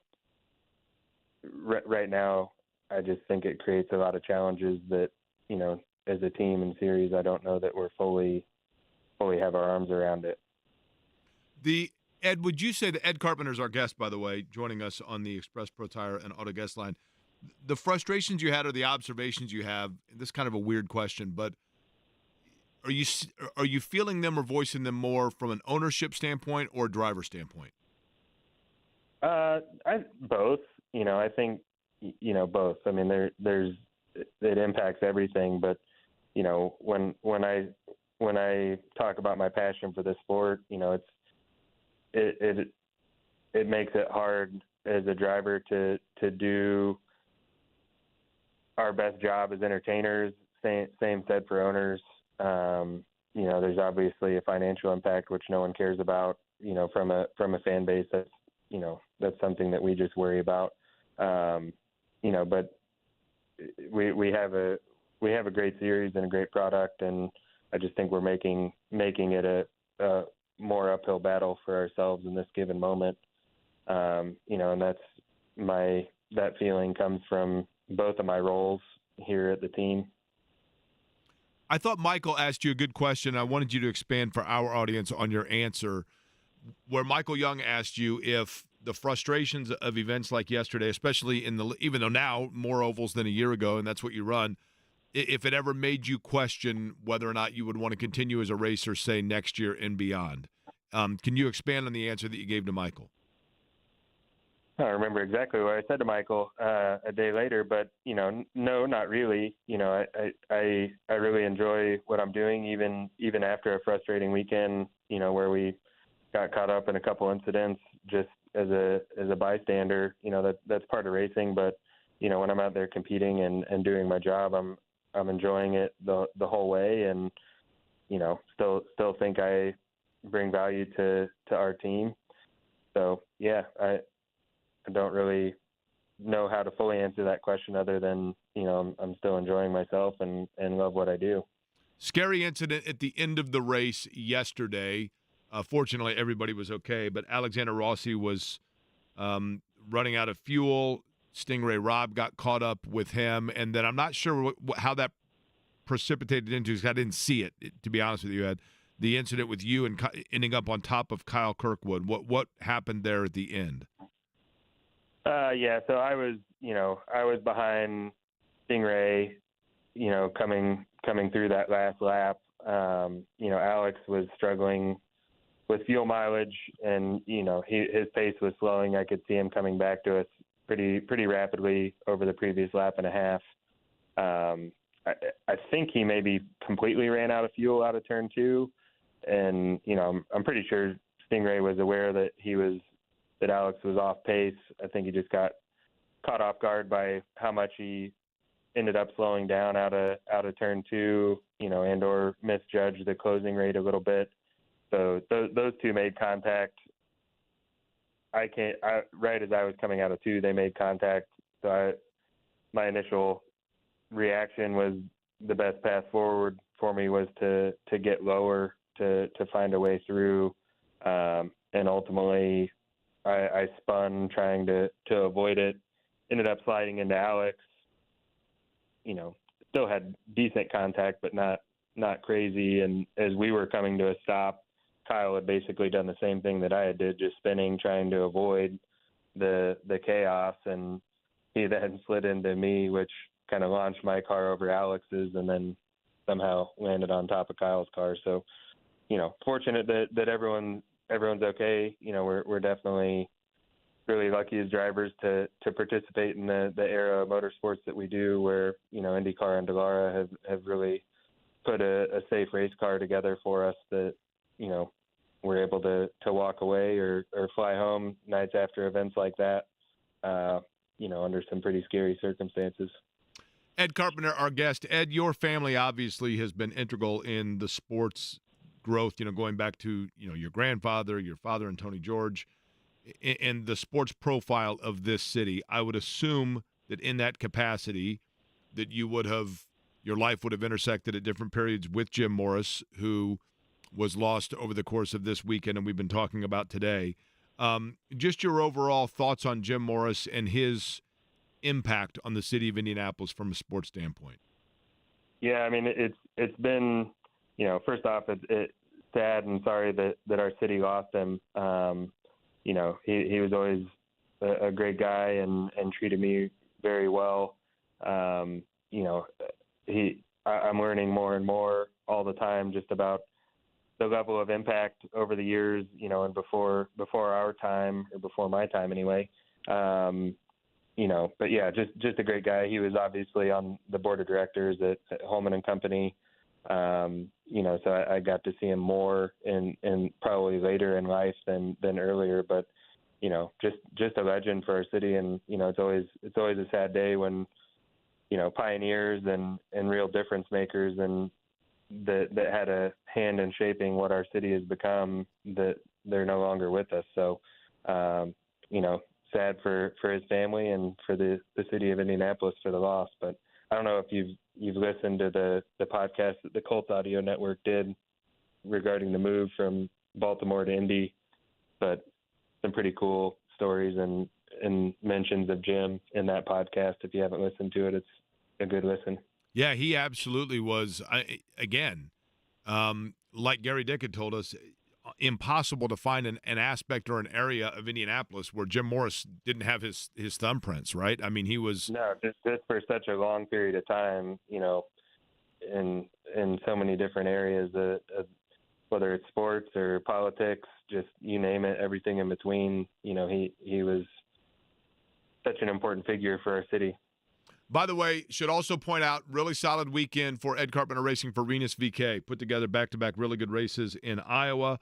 And now, of course, getting set Christian Rasmussen back in the 20 car for Toronto. And then we will see Ed Carpenter at Milwaukee, Nashville. I'm trying to think, is there another oval I'm missing? And Gateway. Gateway, Gateway as well. So we look forward to that. Ed, appreciate the time. As always, for those that saw the video that you did with us as a tour of your home, please say hello to Gary the duck that lives on your property. He's my new favorite guy.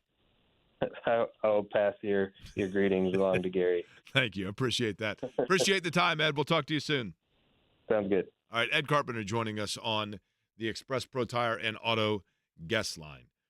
I think that's a good kind of summary of the hybrid because, Jimmy, I think a lot of people are kind of look at it and they're like, now what exactly does this do? You know what I mean? So it's not the engine that's running the car. It's an accentuation to the engine to give it extra speed. Easiest way to say it. I do agree with some of what Ed mentioned. The idea of adding something that, changes in such an intricate way, racing and being behind the wheel mid-season is odd. I mean, it's like changing your starting running back in week 9, right? Sure. Or receiver. Would you say it's it's like that, or is it more like changing the shape of the football week 9, or like changing Or be like Joe Flacco last year, going from retirement to that's right, starting for the Cleveland Browns. Couch to the Browns, right? Probably. Like, is it like changing the tool or changing the player? Because if you're changing the tool, it changes the entire feel of the car for sure. That's a good point. It changes the entire feel. It's what it's like going from being a team that plays on turf indoors all year, and then all of a sudden going from, being the Arizona Cardinals and playing the second half of the year in Lambeau. Yeah. The game's the same, but the conditions are a little different.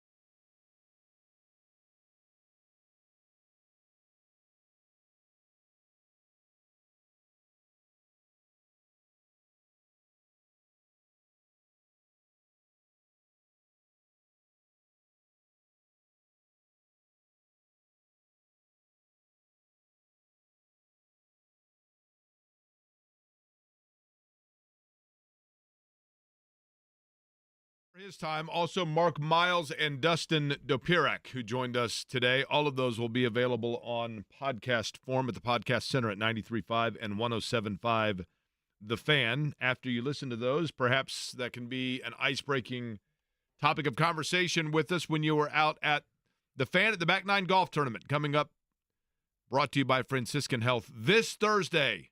This Thursday, everything gets underway 11 o'clock in the morning. We will be on the air live at noon. JMB will be on live at 3. And we would love for you to come out. I think there are still a few bays that they made available. Also, individual tickets. It's going to be a lot of fun because we're talking about the beauty of being able to swing a golf club. But even if you don't want to do that in one of the bays, if you're up on the third floor, for example, great view of downtown Indianapolis. There's going to be great food there. There's going to be a silent auction with experiences and sports memorabilia available to auction or for auction. That benefits Franciscan Health Foundation. And Jack Daniels also will be mixing up a couple of beverages for us. And it's going to be a lot of fun. Look forward to everybody coming out. And for that matter, Jimmy has been taking golf lessons. I've been for this doing the very same moment. Yeah, for I've this been very preparing, moment. preparing for the back nine golf outing like it's Augusta. By the way, Jake, I don't know if you've looked at the forecast for Thursday. Absolutely beautiful. High of 78 and clear skies. Perfect, right? Of course, the beauty of it is at the back nine, you've got the bays with cover, so rain or shine. But yes, that you always want shine is the preferred, right? I mean, especially when you've got me, the human rain cloud, walking around. You want something to offset it. You got Isn't that me, right? the guy with shade. I can always provide that. No, you're the walking eclipse. No matter how sunny it is, Eddie walks past. It's like, what just happened? What in the world? Oh, that was just Eddie. Speaking of shade, Mike Chappell, by the way, joins us next.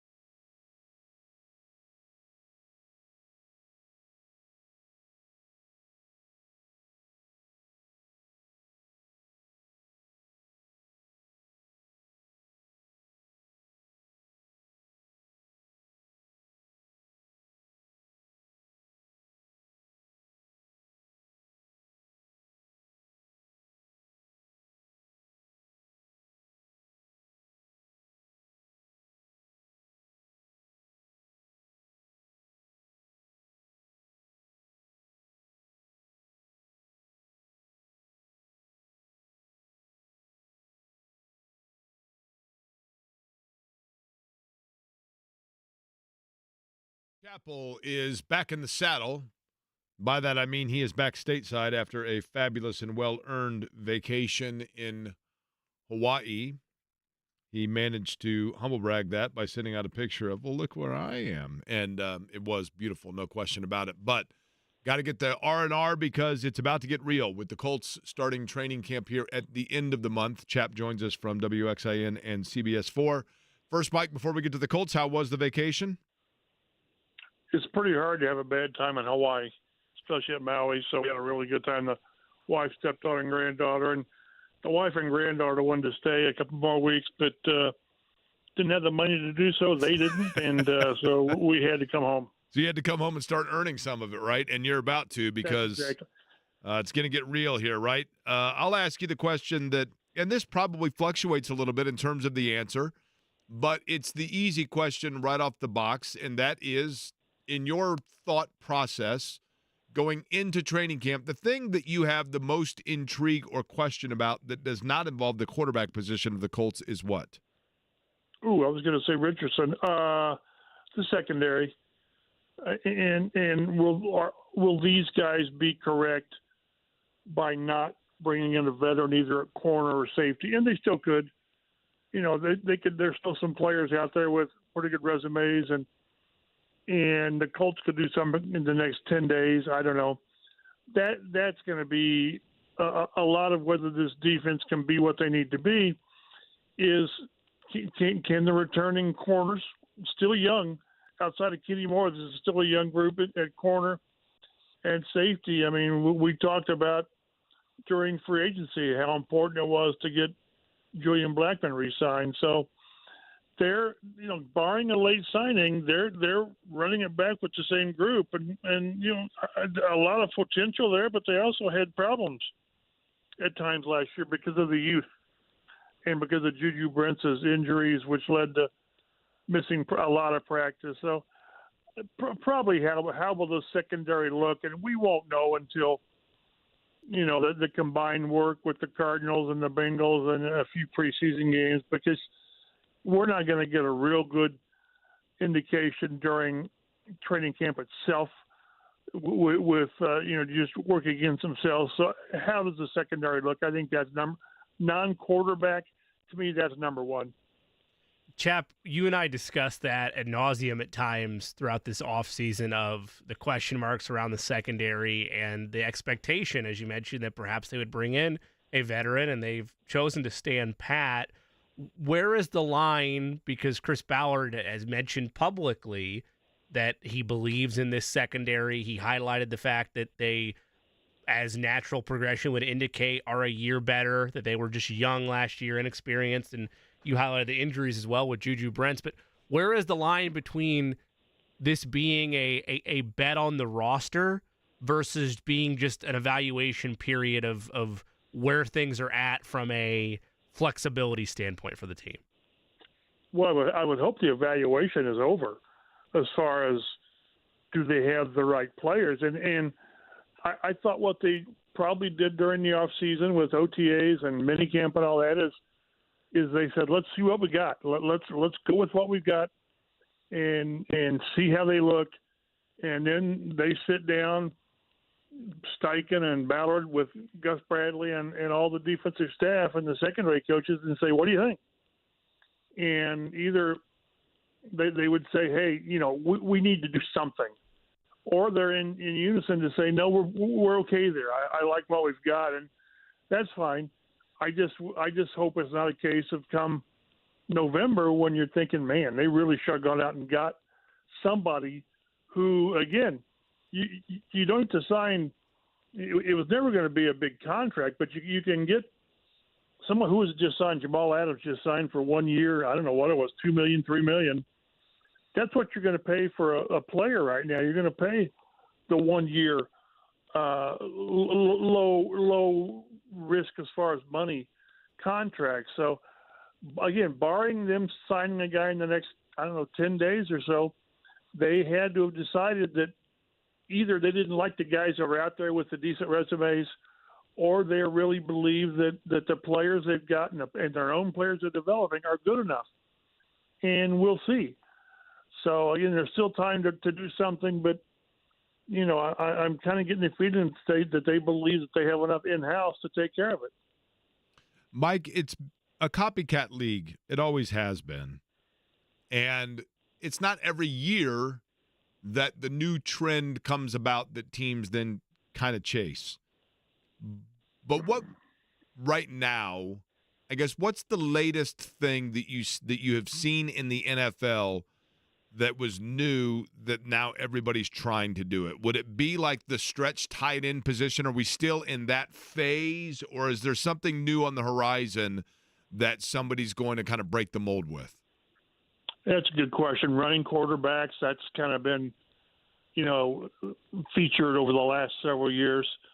And the Colts would like to, have that Lamar Jackson, Jalen Hurts type of Justin Fields, at least the running part of it. They'd like to join that, and if they're going to be successful, that has to be a part. But maybe that tight end, again, they've got a deep room. They get 5 or 6 deep, but they don't have the guy.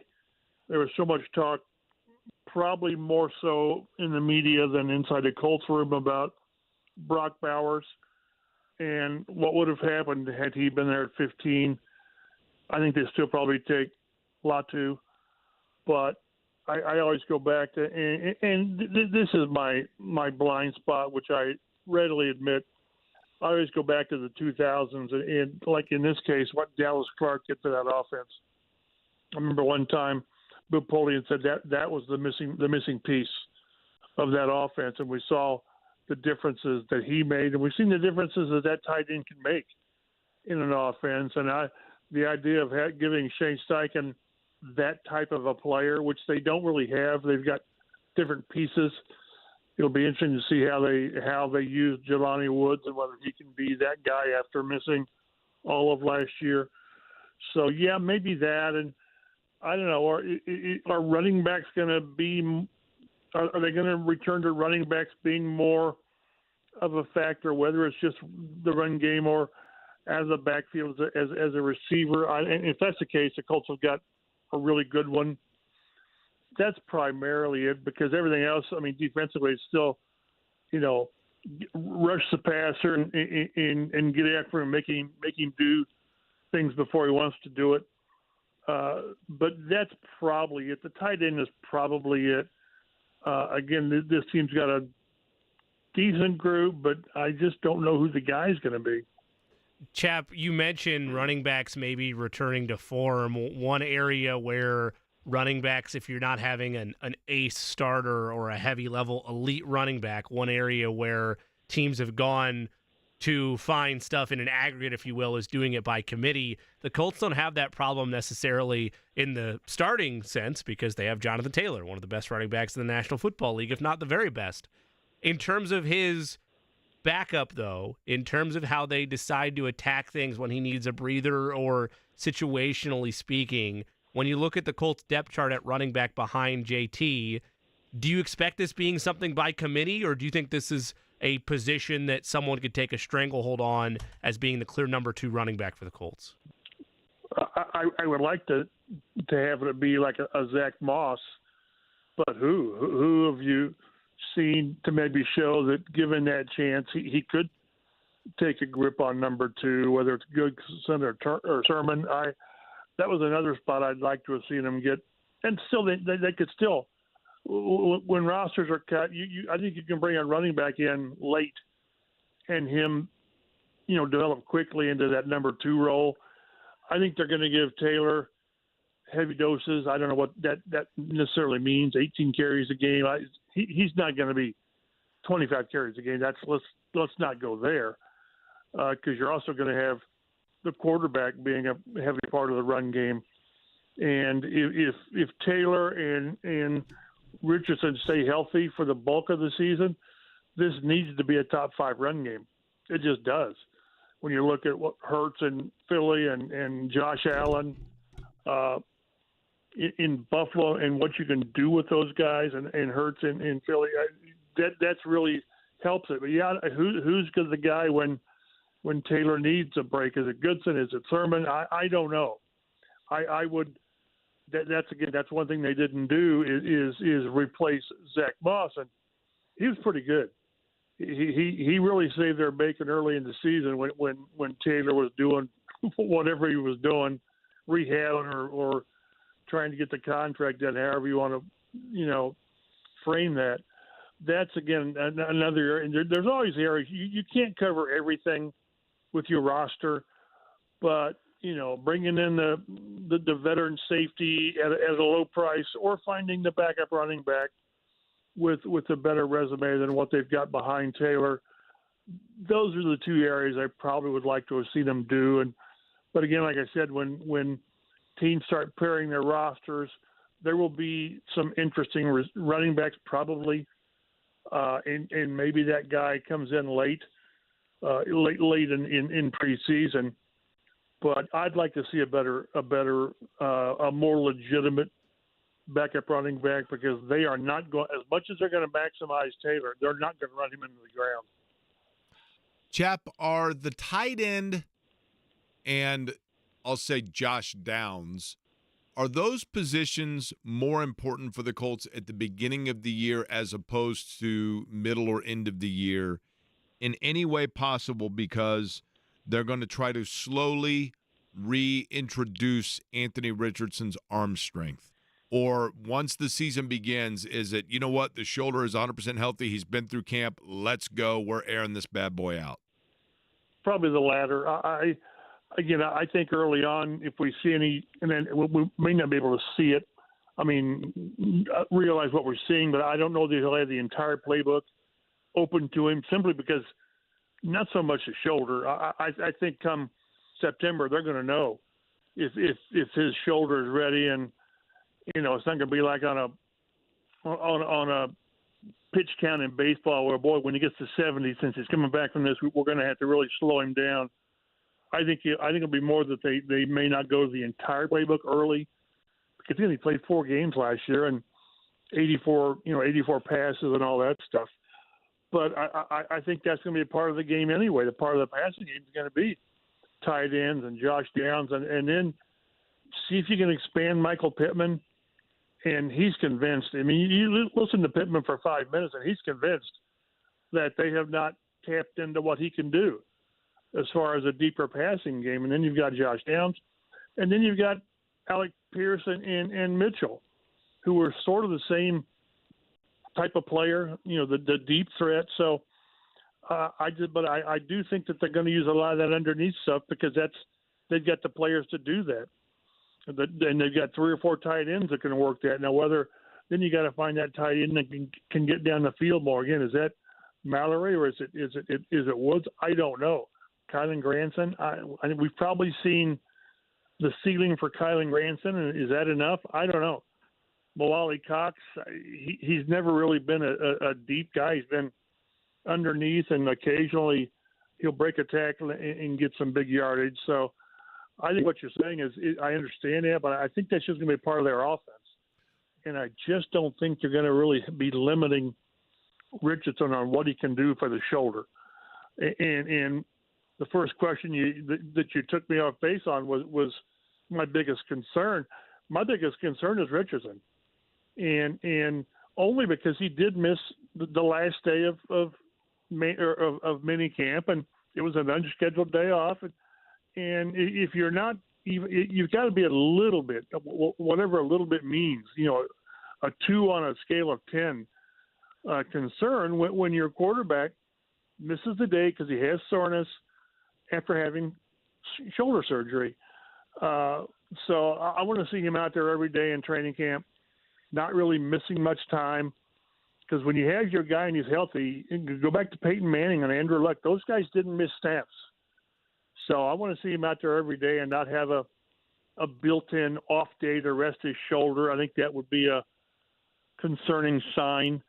Again, I'm not overly concerned with Richardson. I saw where Chris Ballard said that he'll be full go and all that.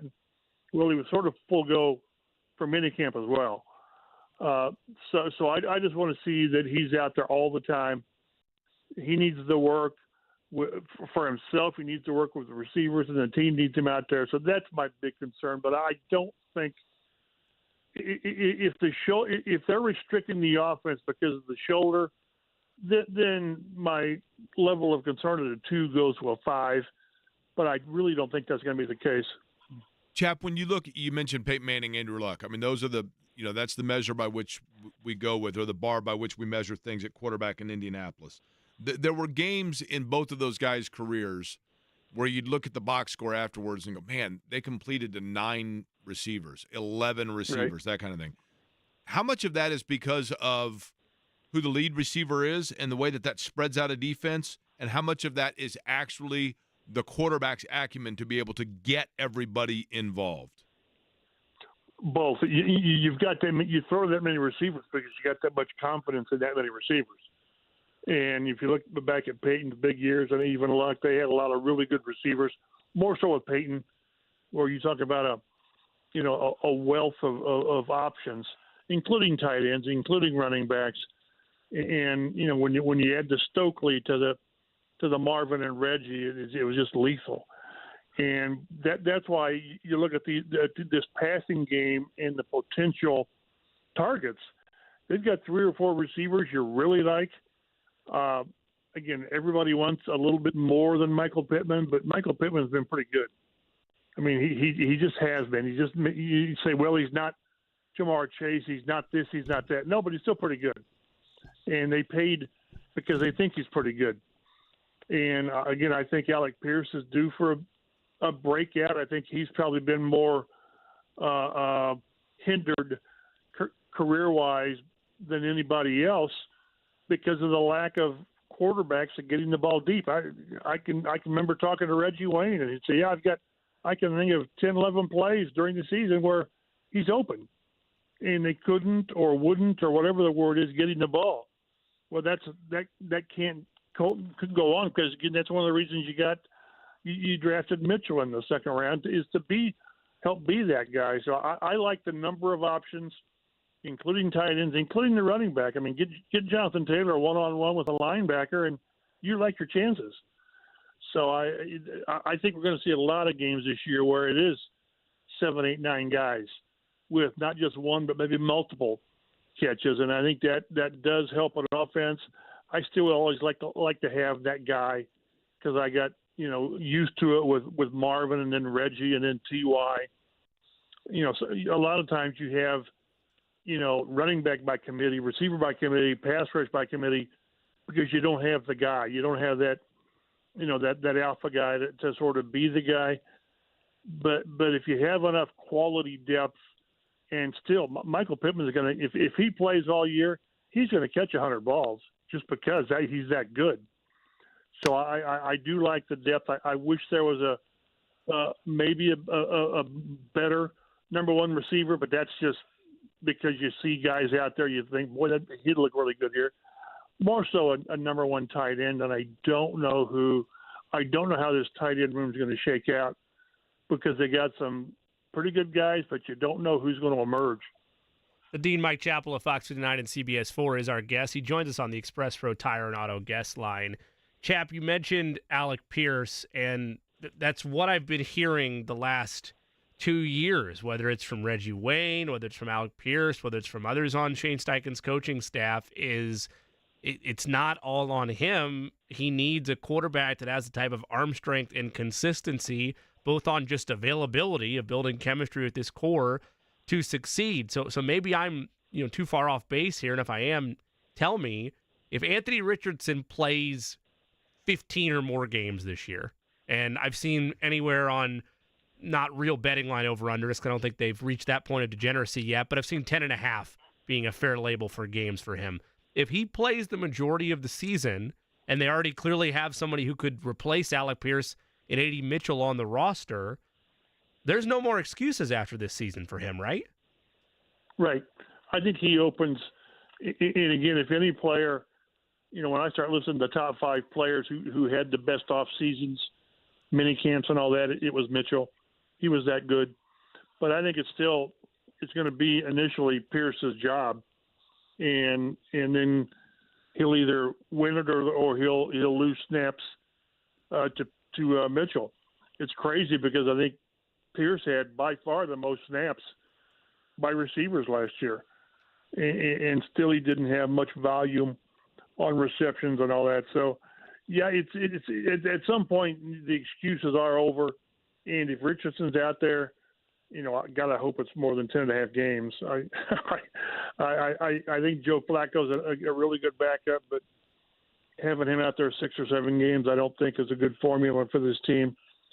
But no, if Richardson is out there and he can do what they think he can do, and showed on occasion last year with the deeper passes and at least attempts pushing the ball down the field. If Alec Pierce still isn't getting the numbers, well then come in the offseason, you've got a guy to replace him. So at some point you do have to say, time's up. And I believe in Pierce. I think he's got a lot to give, and again, I don't think they've even remotely tapped into what he can do for the reasons we've talked about. But at some point, you got to say enough's enough, and you move on, and that's why you take a Mitchell in the draft, virtually about the same place or close to the same place they got Pierce. So, yeah, it's a big year for him, a big year for 2 or 3 players. So. I kind of anticipate Pierce having a good year, but I thought he would have one last year, and it didn't happen. So, yeah, the clock's definitely ticking on a player like Alec Pierce. Mike Chappell is our guest. Again, Express Pro Tire and Auto Guest Line is where we are finding him, CBS4WXIN, where you read and see his work. All right, Chap, you have been to Hawaii now how many times? 10. My wife told me 10. I lose count. We keep going back there because I enjoy it. It's nice, and if I'm going to pay decent money, I'd rather go someplace I really know is going to be good as opposed to going someplace else and saying, "Man, that place sucked." But I really enjoy it. What's the last place you went where you went, that place sucked?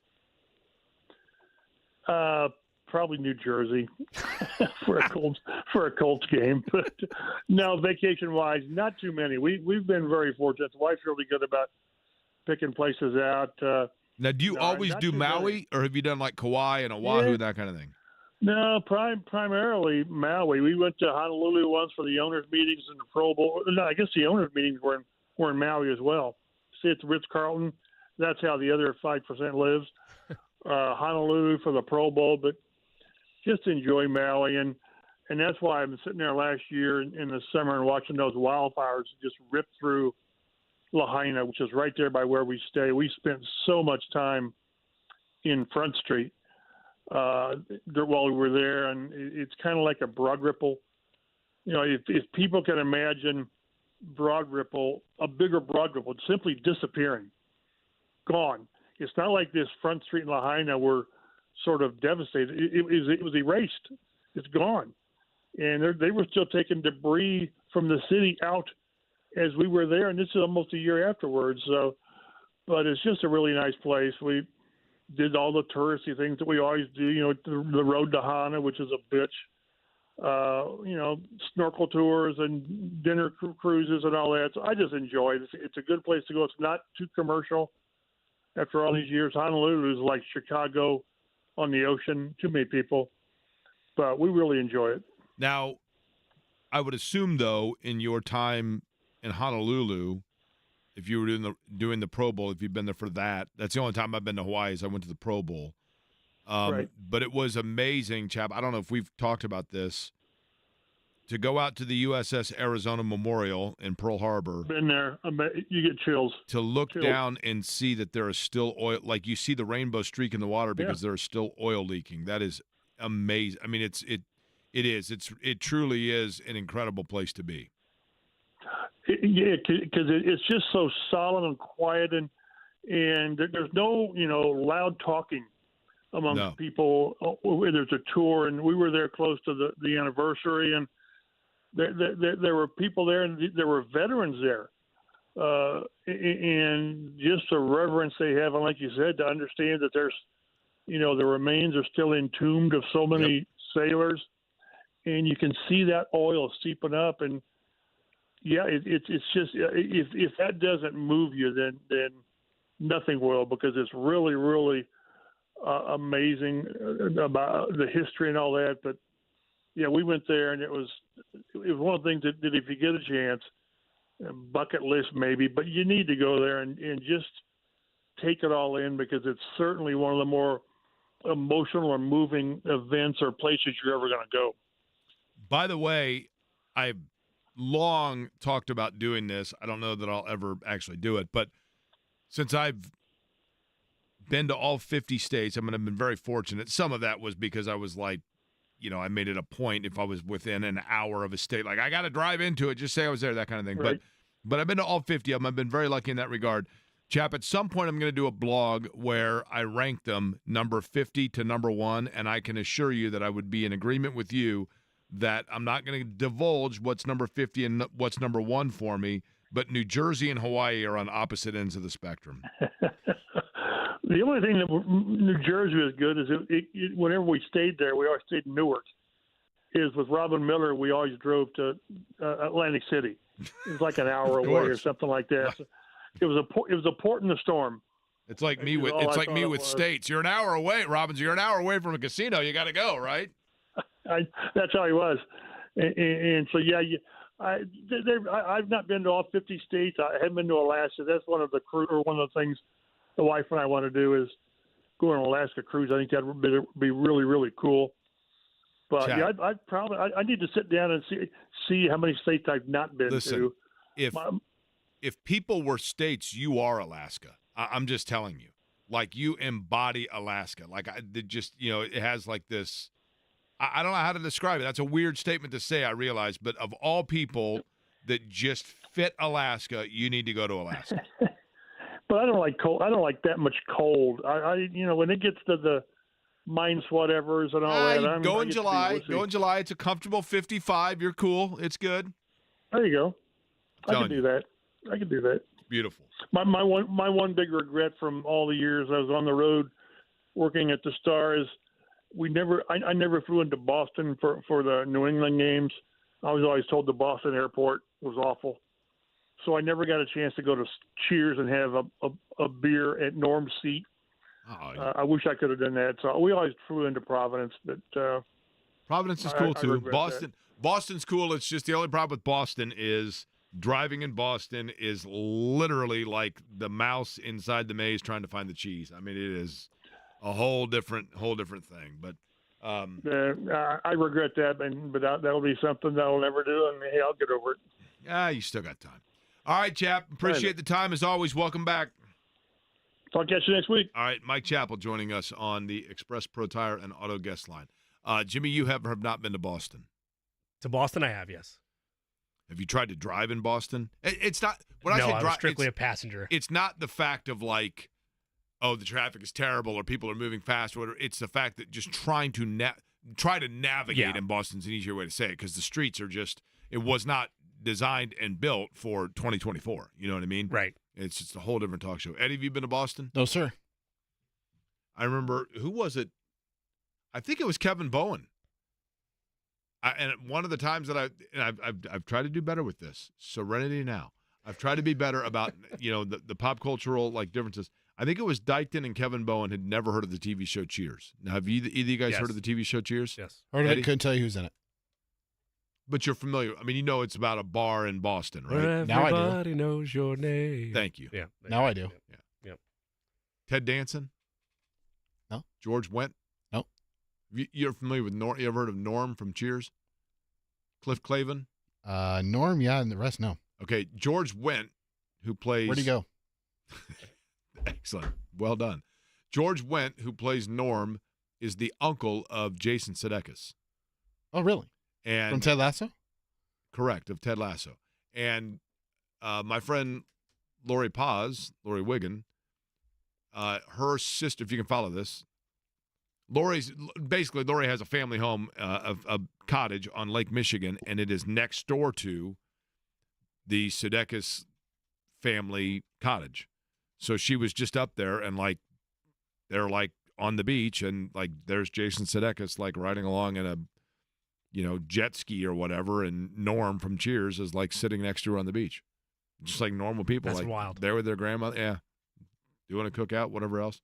And apparently Jason Sudeikis, when he gets in the water, acts like a goldfish. Well done. Yeah, go figure.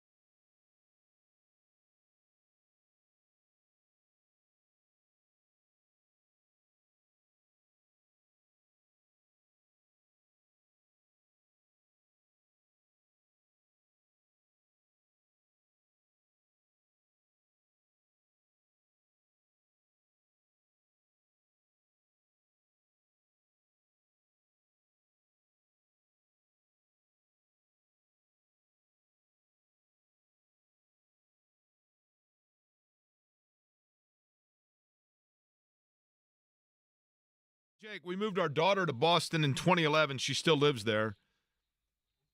The Freedom Trail is more interesting than Cheers. Cheers doesn't really exist, just a made-up tourist trap. So many things to do that are better than Cheers. I get it. I mean, but still, there is, for people that watch that show on a regular, the sign out front looks the same as the TV show. That's really where the similarities end.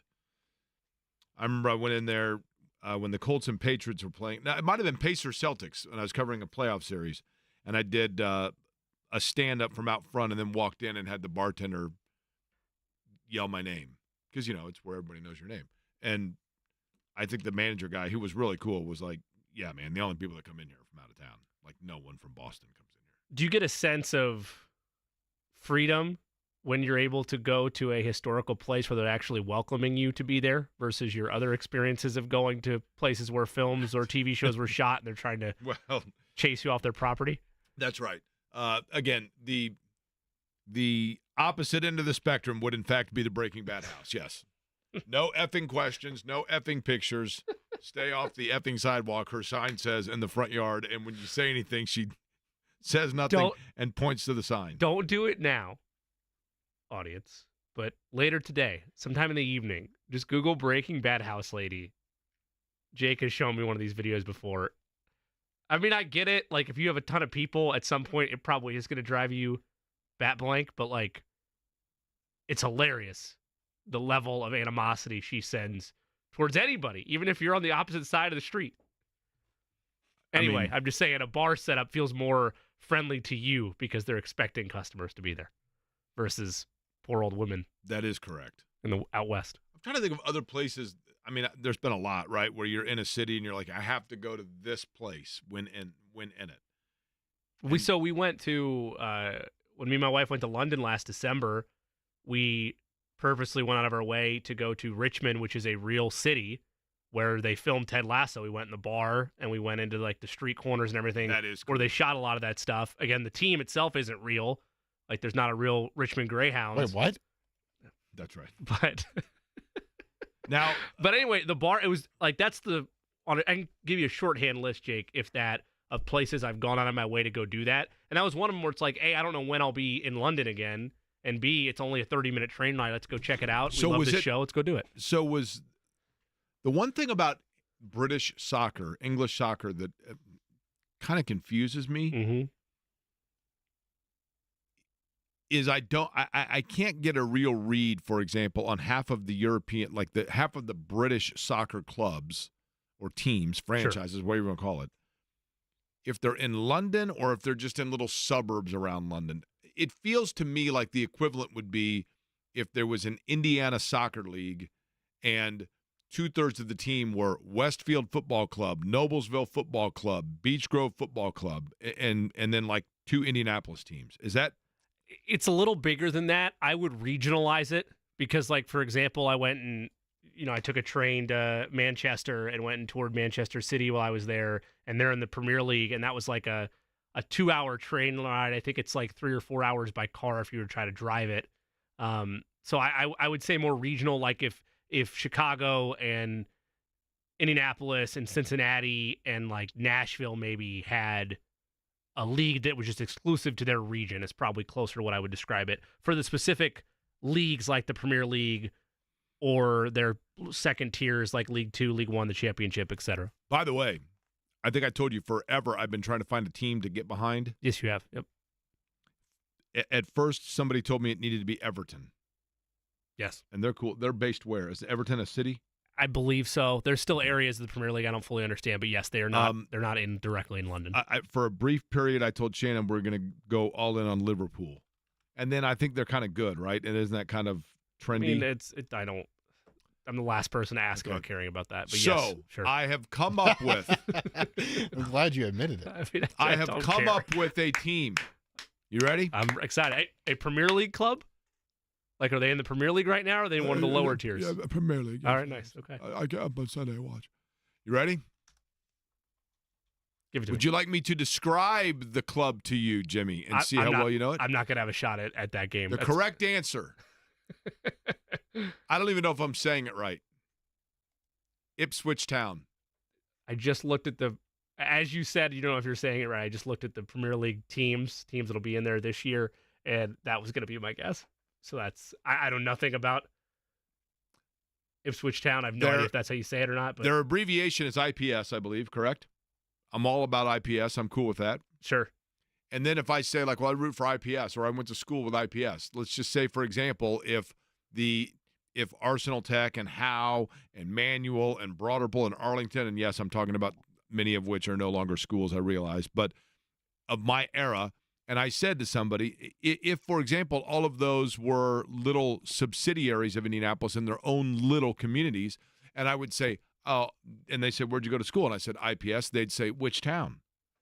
IPS, which town? Very easy to remember. Well done. And they were just recently, what do they call it, like promoted into? They were just promoted into the Premier League. And that means they get to stay for how long before they get booted out? If they were in the bottom half, so like the worst 4 teams this coming season, they would get booted out. They get relegated. But they're not, right? Well, the season hasn't started yet, but yes, they will be. Oh, it hasn't started yet? Yeah, I thought I saw them in the middle. Season won't. It's just the way the standings are presented. Oh, it's no one's played any alphabetical. matches Darn yet. it. Alphabetically, they're right in the middle. They're 10th. So, yeah, they were in League One, which is the 3rd tier of English soccer 2 years ago. Then last year they were in the Championship, which is the 2nd tier. They got promoted into the top tier, which is the Premier League now. I'm all about and them. here you are. Yeah, I should know this because I'm all about them. Exactly. I'm a diehard. Yeah. So, well, that's good. The only thing I don't like is their kits are Puma and not Adidas. I prefer Adidas. You're strict on brand loyalty there? Buddy, although I'm wearing Nike shoes right now, but yes, I like the the floral thing of the Adidas, the Adidas. I've always kind of flip-flopped. Like, I really like Nike and Adidas. I feel like that's probably the 2 biggest in terms of market share in the country. It's probably safe to say that. But there is a lot of good clothing line and some nice shoes from Puma as well. They've grown on me the last couple of years. Under Armour, I really don't care for, except they happen to sponsor Notre Dame. It seems to me Under Armour has had a dip in its overall cachet. When Under Armour first came out, it was like North Face. I mean, the elite of the elite, Under Armour, North Face. Sure. And then all of a sudden, and like every kid wanted Under Armour stuff. And now I'm seeing it more in areas that, like, it used to be you'd have to go to the fashion mall to get Under Armour stuff. Not to get it, but right. like of its own anchor store. And it just feels like it's been downgraded a little bit, but I could be wrong on that. By the way, Eddie, do we have the breaking news sounder?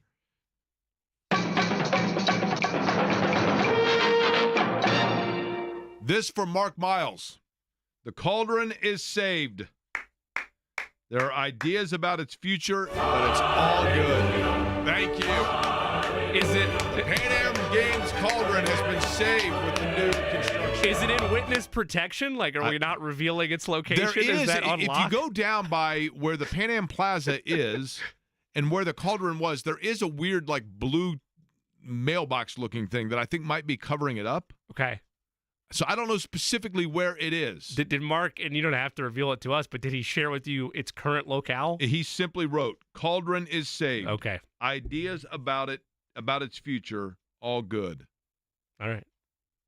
The only drawback to that is if they saved it but didn't know what to do with it, and it was just like in some guy's garage, then I was going to see if I could get it as like a fire pit. You know, the scoreboard from Assembly Hall? The Sure. original scoreboard, like there just was a story now. It's been repurposed. And I knew where it was. That was laying in a field, I kid you not, in Monroe County for like 10 years. Just laying in a field. I'm not kidding you. It seems not great for The old Thunder Island integrity of that. 3J. The old Thunder Island 3J, which had multiple water slide parks and a go-kart track and golf balls and everything else. I know how to get to that property. That's where Shannon Doherty filmed a movie there in 1990, and Shannon Doherty passed away this weekend, and I always bring up because it's the worst-looking movie of all time. But 3J Thunder Island was so awesome, and there are pieces of Thunder Island 3J that are still there, like in the woods. And you can get there if you'd like. I might have a few golf balls from there. We don't have show time left to ask this in full capacity, so maybe I'll ask you off air, but how does a scoreboard end up in a field? Wouldn't you think that the thought would be, yeah, we'll put it in storage, not, let's put it in a field? I thought you just said you were going to ask him off air. No, I'm going to ask it now so he knows what to. Say that you again? said the Assembly Hall scoreboard was just in a field somewhere. It was. Like, so not like in an enclosed structure. You're saying out. I'm imagining outside, exposed to the elements. That is type of correct. thing. How does that happen? Good question. But it's refurbished Why would now. the thought be, let's just leave it here instead of, get a U-Haul or whatever, a storage company unit and throw it in there? I don't know. So do you have plays for the day? I do have a little bit, but it's all centered around the home run derby. That's really our only action today, but I'm looking forward to it. All right. We will we'll do that next.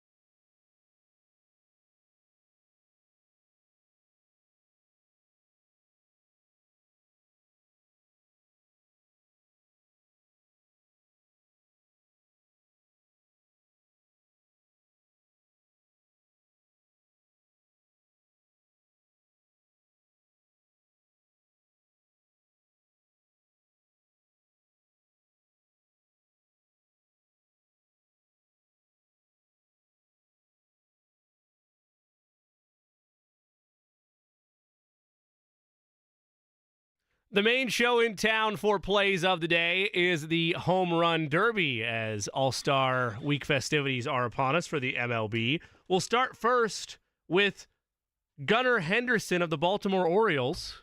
Yay, Gunnar Henderson. I needed a cute fellow there, but I didn't set it up the right way. Jake, is cute fellow available, or is he retired for the All-Star break? You mean? Because I'm doing something with Gunnar Henderson of the Baltimore Orioles. My bad. Well, it's not for cute fellow though, right? It's just for a representative of cute fellow. Is that is that a bridge too far? Cute Okay, fella, that's fine. Cute fellow's out hanging out with some sparrows. I don't blame him, as well he should. Anyway, over 461.5. Chasing the chick, if you will. Over 461.5 feet will be the length of Gunnar Henderson's longest what are we home doing run. here? We're now we are betting in the on weeds. length of We are feet in the weeds. We're going longest home run. Launch angle? What's the You can launch do angle? exit Are we looking velocity. at that? You really can do exit velocity. I'm not getting that far in the weeds, though I am pretty far. Can still breathe as it stands. Over 461.5 feet. Gunnar Henderson's longest home run will travel tonight during the Home Run Derby.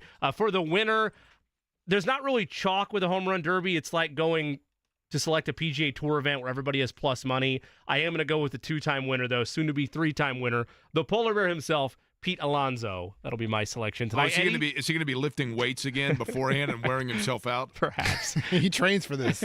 Jake, he trains for it. Good. Who do you got? I am also taking the polar bear. Pete Alonso was my pick before you, just because I don't think any of these guys have the raw power to consistently do it over the course of 3 different rounds, and I think Pete's going for that three-peat. Not three-peat, but he's going for his third title, and I think he wants it. Were you trying to differentiate and make sure the listeners you were not tailing me there? Is that what you're trying to gather some distance? Okay. Yeah. All right. Anyway, those are your plays of the day. Pete Alonso and a long bomb for Gunnar Henderson. John, anything you want to add? JB's Important fest that I walk into here. No, I'm going to talk off mic really loud until they fix the one right here. Do you want to talk sabermetrics while we have you? I'm just going to talk really annoying guy off mic very loud. Right. Do you want to talk about the Europa Finals? What was the other one? The Euro final and then Copa America. It was last night. It was the Copacabana, right? And then the Europa Finals. Man, I like the crowd shots of the Colombian. Now, here's the thing. I haven't figured this out, and I'm not trying to be flippant. I've seen various, and I realized they had a major ticket fiasco. That's not unprecedented. I mean, that happened in the Super Bowl, for crying out loud. But I've seen alleged pictures of, like, the Colombian fans trashing the stadium there, but then there's also word that those are actually completely fake photos. The escalator thing was real, where you see, like, in tattered But they escalator. were, like, political signs all over the floor. And I'm like, from what I understand, the escalator part was real. I know there were a number of different shots that you're referring to last night. CONMEBOL, who is the overseer of this specific tournament, did a terrible job with setting up perimeters and making fan safety a big part of last night. It's not Hard Rock's fault or the U.S.'s fault. They've hosted Super Bowls, far bigger events there in Miami. Just an absolute travesty by CONMEBOL and everything that organization is about. John, you remember when it was super cool to have a Hard Rock Cafe T-shirt from different cities? I remember when it was down here. Totally. And I never went to it. I still have one that says Hard Rock Cafe Indianapolis. I've never worn it because I figured it's a collector's item. But I remember going to Washington, D.C. in the 8th grade, and we all wanted – a guy sold us Hard Rock Cafe Washington, D.C. T-shirts because it was all the rage. And then we're like, well, we want to go to Hard Rock Cafe. And they're like, oh, no, we don't have one. We just sell the T-shirts. Yeah. I'm like, oh, okay. Well, fair enough. All right, J&B's up next. Big show lined up, John. I'm off mic. Big off mic show today. John's going to move into one of the microphone chairs and do a radio show. And if you want to see that live, you can see it Thursday for our event at the Back 9. Those tickets still available on the station website. We'll be there as well. And we'll also be with you at noon tomorrow. Beyond the Bricks tonight, by the way, 7 o'clock. Thanks for listening to Query & Company.